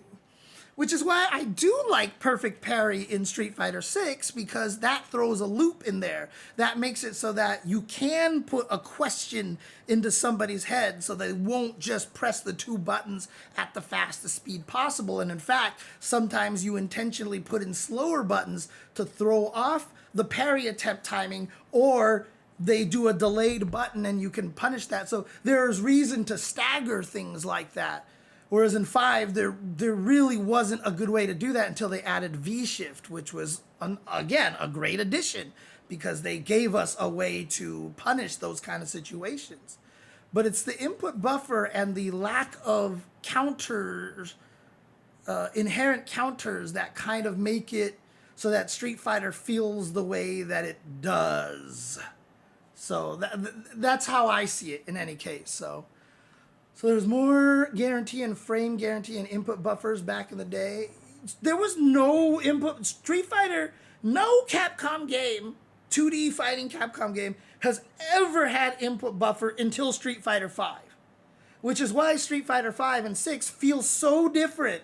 And which is why all the old heads, when they try to play those games, they're like, this game sucks, I don't like this game, blah, blah, blah, blah. Because now it is you have to kind of play more perfect, and this is a counter guaranteed. The example I always give was that in Street Fighter 4, Boxer's light dash punch was -3.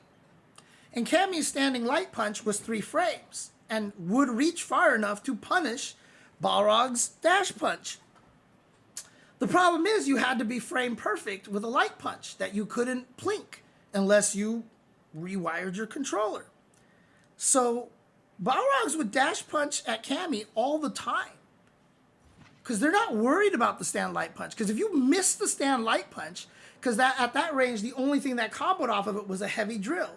You would just do stand light punch, heavy drill. And if you were off by 1 frame in either direction, you would either block and drill or do nothing and drill. And then Balrog gets to kill you because you would do the heavy drill, they'd block it, and you would die. But if you're playing Street Fighter V or playing Street Fighter 6, if you did dash punch with Balrog, Cammy will be able to jab into drill 99% of the time. Even at mid-levels. Even at mid-levels because of the input buffer. And so, the games get pushed more into this, like I said, it's like baseball now where you can count the errors. You know what I mean? It's the input buffer changed the Street Fighter more than any other thing that they've done to these games. That is the number one change, in my opinion, that makes it so that going from Street Fighter 4 to Street Fighter 5 just feels like 2 very different things. Because again, those old games are so fast that if I'm +2, if I'm +3, who cares? Also, for Super Turbo, throws are 1 frame. Someone asked me one time, they're like, what about, so of course frame data matters. What about strike throw? I'm like, what strike throw? What there is no strike throw mix up in Super Turbo. one, throws are far, so if you try to shimmy, they grab you anyway. Two, if you walk out of the throw range, I'm gonna punch you because I don't have a throw whiff. And three, even if you melee attack and I time my throw right, I win. You can reversal throw. So like, there is no strike throw mix up in those games. You know what I mean? Like, it's just such a different beast in those games. You know what I mean? There's no startup frames to the throw to pit. It's literally one frame. You can come up with Chun-Li and go heavy punch, which has like 700 active frames, and if I time my wake up throw right, I throw you. The end. That's it, right? So there was no strike throw back then. So it's different. The games are so different now. And so and also, even if you could, like, so Super Turbo, everybody has a DP except for like 4 characters. But again, it was a 1 frame timing to DP. So a lot of times, even if I knew you were going to go for a wake up DP, I would still do a meaty on you. Because I'm just hoping you miss. And if you miss it, I hit you with a big old combo and you die. Unless you're Fei Long, because your DP ends at down back and then you block. Which is why that move was kind of cheap. But even if I knew within my heart of hearts that you were going to wake up DP, I could still go for a meaty because you just might miss it. And like now you can't even do that, right? If I know in my heart of hearts that you're going to wake up with an ODDP in Street Fighter 5 or 6, I'm not going to do a meaty. I'm not going to do a meaty. But in Super Turbo, you can absolutely do it anyway. In fact, you're like, oh, I hope you try, because I hope you mess up, and I can kill you, you know? So, you know, it's just, games were so different back then. And it's like, for people who haven't grown up during that period of time, like, trying to explain it to them is so hard. It's so hard, because they just think you're old, and they're like, no, it's not true. Frames matter in every fighting game, blah, blah, blah, blah, blah. And I'm just like, dude, like, I know it sounds crazy when I say frame data doesn't matter in old games. But it doesn't matter in old games. It just didn't. Oh, man. Anyways. It's already 11:30, so I'm going to go ahead and call it a night. Hopefully, I should be back to streaming a little more regularly now. So we'll see. No, yeah, seriously. Like, you could study all the frame data that you want in Super Turbo right now. You are not gonna beat like Nuki, right? And if you ask Nuki what the frame data in Super Turbo is, he'd be like, "What? What are you talking about?" Right? Right? Like, okay, like, you want to whiff punish something? Yeah, good luck whiff punishing Chun-Li's crouching medium kick, which is faster than a light punch in all modern fighting games.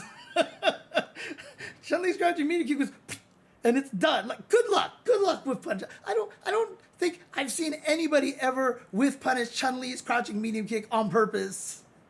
Because it's not humanly possible. It's just not, you can only spacing trap it, but like, it's just not humanly possible in my opinion, so.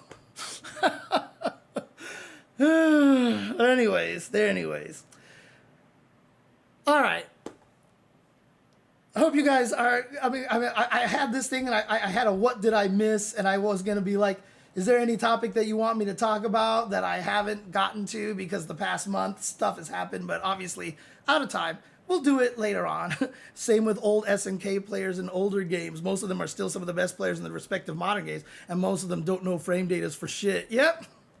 It's crazy. I mean, there was that one kid who showed up to CEO and beat everybody in Super Turbo. Like, he was younger, and he beat everybody with Fei Long. He beat Damdai and all this stuff. He was incredible.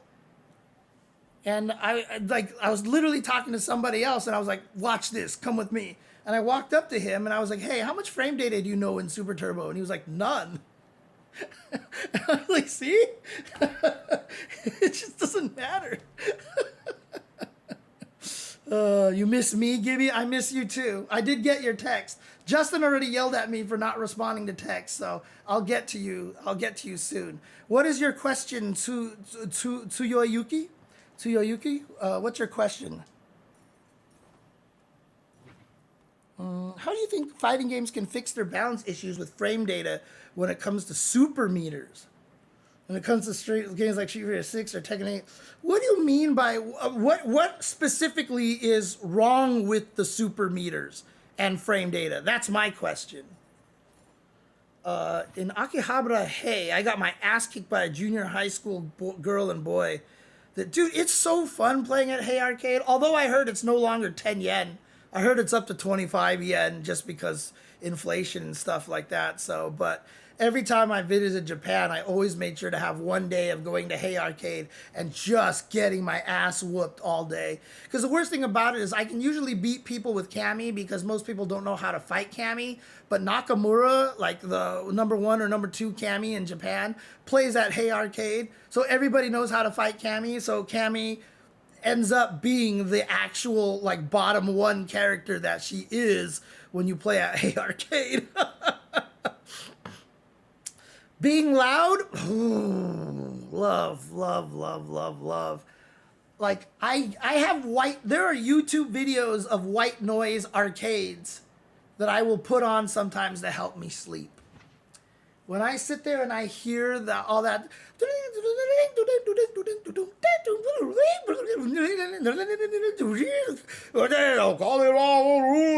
you know, like when I hear that stuff, oh God.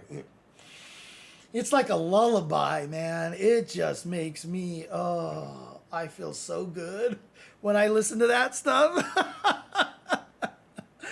I don't know. I like being able to research a definitive answer to a situation, but the equality of everyone just figuring out what works was cool too. I mean, that's the thing is that even in the old games, there always almost was an answer. But were you fast enough to do it? Were you fast enough to realize that that's what happened? And that's the crazy thing about the old games is that it's just like Bishamon will be like dashing around, dash at you, do this, and then jump, neutral jump, all of a sudden out of nowhere, and then all of a sudden throw out the EX, you know, ghost, and then all of a sudden and you're just like, wait. Like after all those situations and every one of those situations, there probably is an answer, but there's just so many things you can do that it's really dependent on the player to swap between them and figure out which ones can throw you off. And, you know, if your reactions are fast or if you anticipate it, you have the answer. You can beat the situation. But it's just that everything was so fast that you had to improvise the situation like that. Like, here's my offense. They push blocked you. And you're like, what the hell? I'm a screen away all of a sudden. Now I have to change exactly what I'm doing, you know, or like this guy's jump attack and he's dash. Oh, he's going to dash again. And then he neutral jumps and then you swing. You're like, wait, oh God. And you can block in time. Like maybe he doesn't punish you in time, but you were expecting him to neutral jump. And so you're like, oh God. And you block and you're like, and if you're fast, you might even be able to push block there. But if you weren't ready for it, you block those two and then don't realize that it put you in the exact range where Bishamon can hit you with the unblockable EX Ghost and he hits you with that. And then he does a delayed overhead. And you didn't realize he did the delay one, and he ends up to the other side of you because you thought he was going to stay in the front, and he hits you from the other side with a big old combo. But then Bishamon drops the combo because the game is so fast, it's sometimes hard to be consistent at those combos. And so now you're blocking, and so now you have a chance, but the Bishamon's like, oh crap, I didn't get my combo, so now I got to do, like, that's old fighting games. That's old fighting games right there. It's just that you're just like, what? And that's really good. I miss that. Oh, it gives me bad sensory overload and hey. Yeah, no, totally understand. Most any other arcade Akihabara has to throw at me I can handle, but hey is apparently too much. I'll tell you this. The last time I was in Japan, when I was walking into Hey, because you know you're in the ground floor and you go up the escalator to get to Hey Arcade. As a child, I used to get butterflies and chills whenever you made the threshold cross. Like the arcade, outside the arcade, you don't hear as much noise, you hear it very briefly, but as soon as you cross that threshold, all of a sudden the sound just goes all over you, and every time that happens, it was like a kid going to Disneyland or like, you know, waiting for their presents. Like I just got this anticipation, and the last time I was at Hey Arcade, going up the escalator and then getting to the first floor and just the cacophony starting to fill my ears gave me that same childlike excitement that I hadn't felt in so long. I love that stuff. I don't know. Why do you think Namco is refusing to do a re-release of their older Tekken Soul Calibur fighting games on newer consoles and Steam and make them accessible with rollback no co-play? They know it works with recent Tekken games. What's stopping them from doing it? I don't know. Me and my friend were actually just talking about that recently. We're like, why hasn't Bandai Namco released like a Tekken collection? Why don't we have a Soul Calibur collection?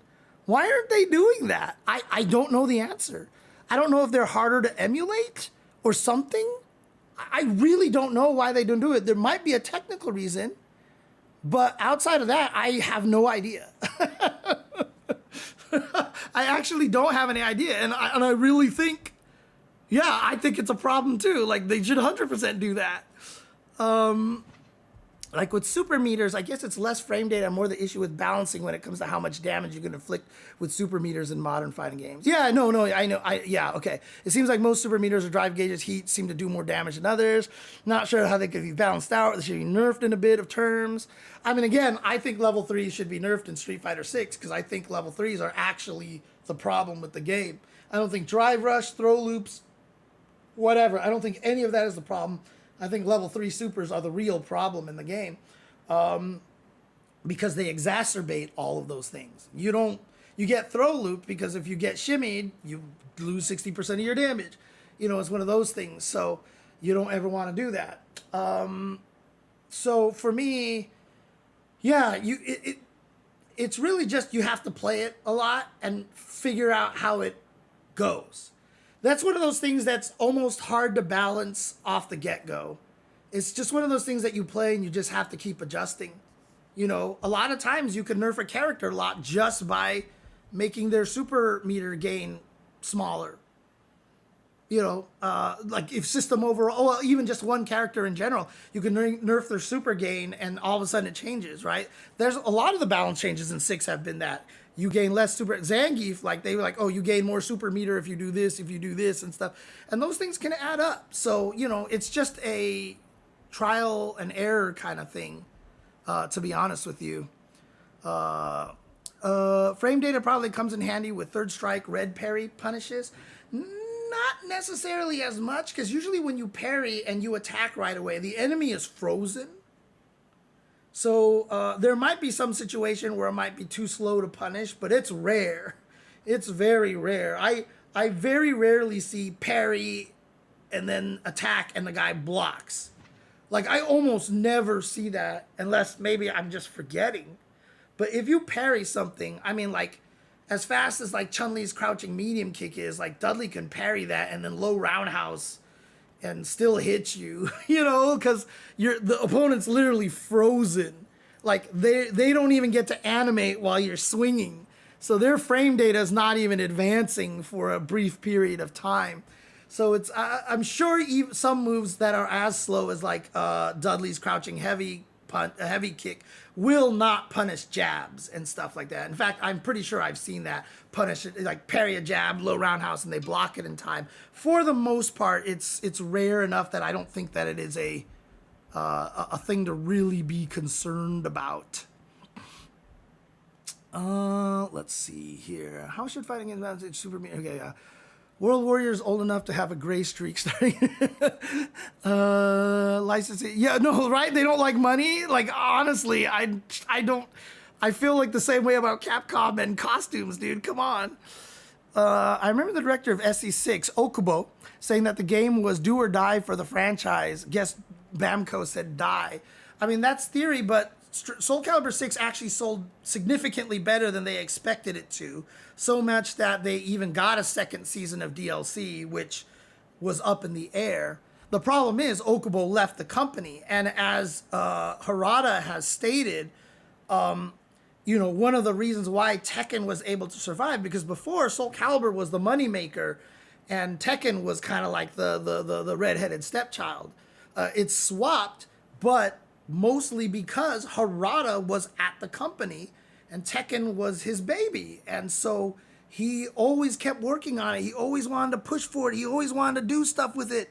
But Soul Calibur, after Okubo left, nobody was there to spearhead it and really kind of push for it I think there is a possibility that we can get Soul Calibur 7, but you really need to have the guy there who will really push for it, basically. So, am I excited for Tokon? Very much. Yeah. Especially a major issue in Tekken, like the heat mode is super inbound. No, heat mode is ridiculous, especially because of the nature. Hey, guys. Calm down, kitties. Look at these guys.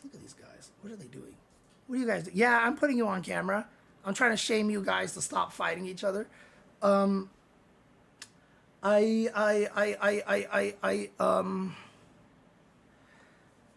Everybody hates heat mode. Because it's so antithetical to Tekken. Tekken is never, like, you had to be, the way that you could force an opponent into a mix-up was very, very rare and specific. There are not a lot of plus moves in Tekken. And even if they are, they're usually much longer startup, etc., etc. Heat giving everybody almost kind of like a free startup, a free mix-up for a move that was really, really fast is very antithetical to what Tekken is about. And so it doesn't feel like it fits. Now, if Tekken changed every game, it would be like whatever. But Tekken has remained very consistent outside of Tekken 4, up to Tekken 7. And so 8 is the biggest departure since 4, and everybody hated 4. And so when they made Tekken 5, they're like, sorry, let's go back to the way we did everything before, Oh, man. So, yeah. Anyways, yeah, I know, Forrest, I'm still on. I'm trying to leave, but people are asking me questions. So, okay, all right. Done. No more questions. Want me to answer? Yeah.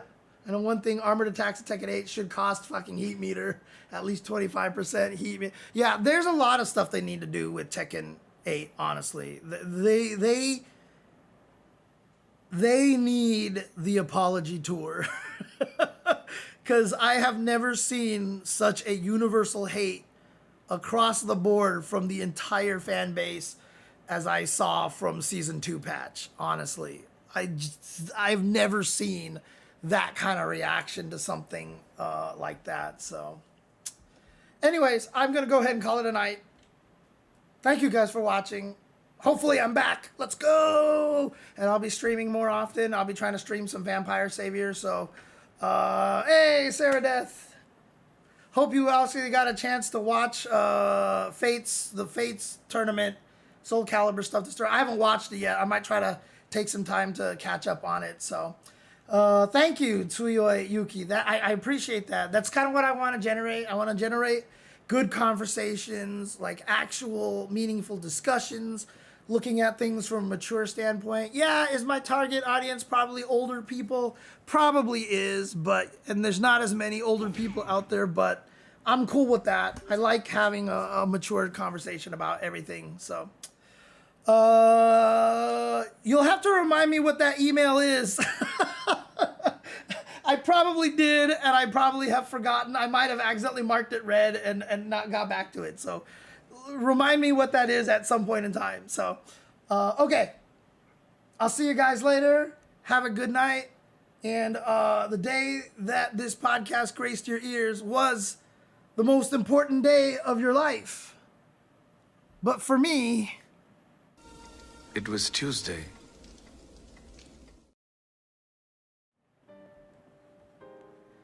All right, guys, don't quite go just yet. We are going to try to raid somebody.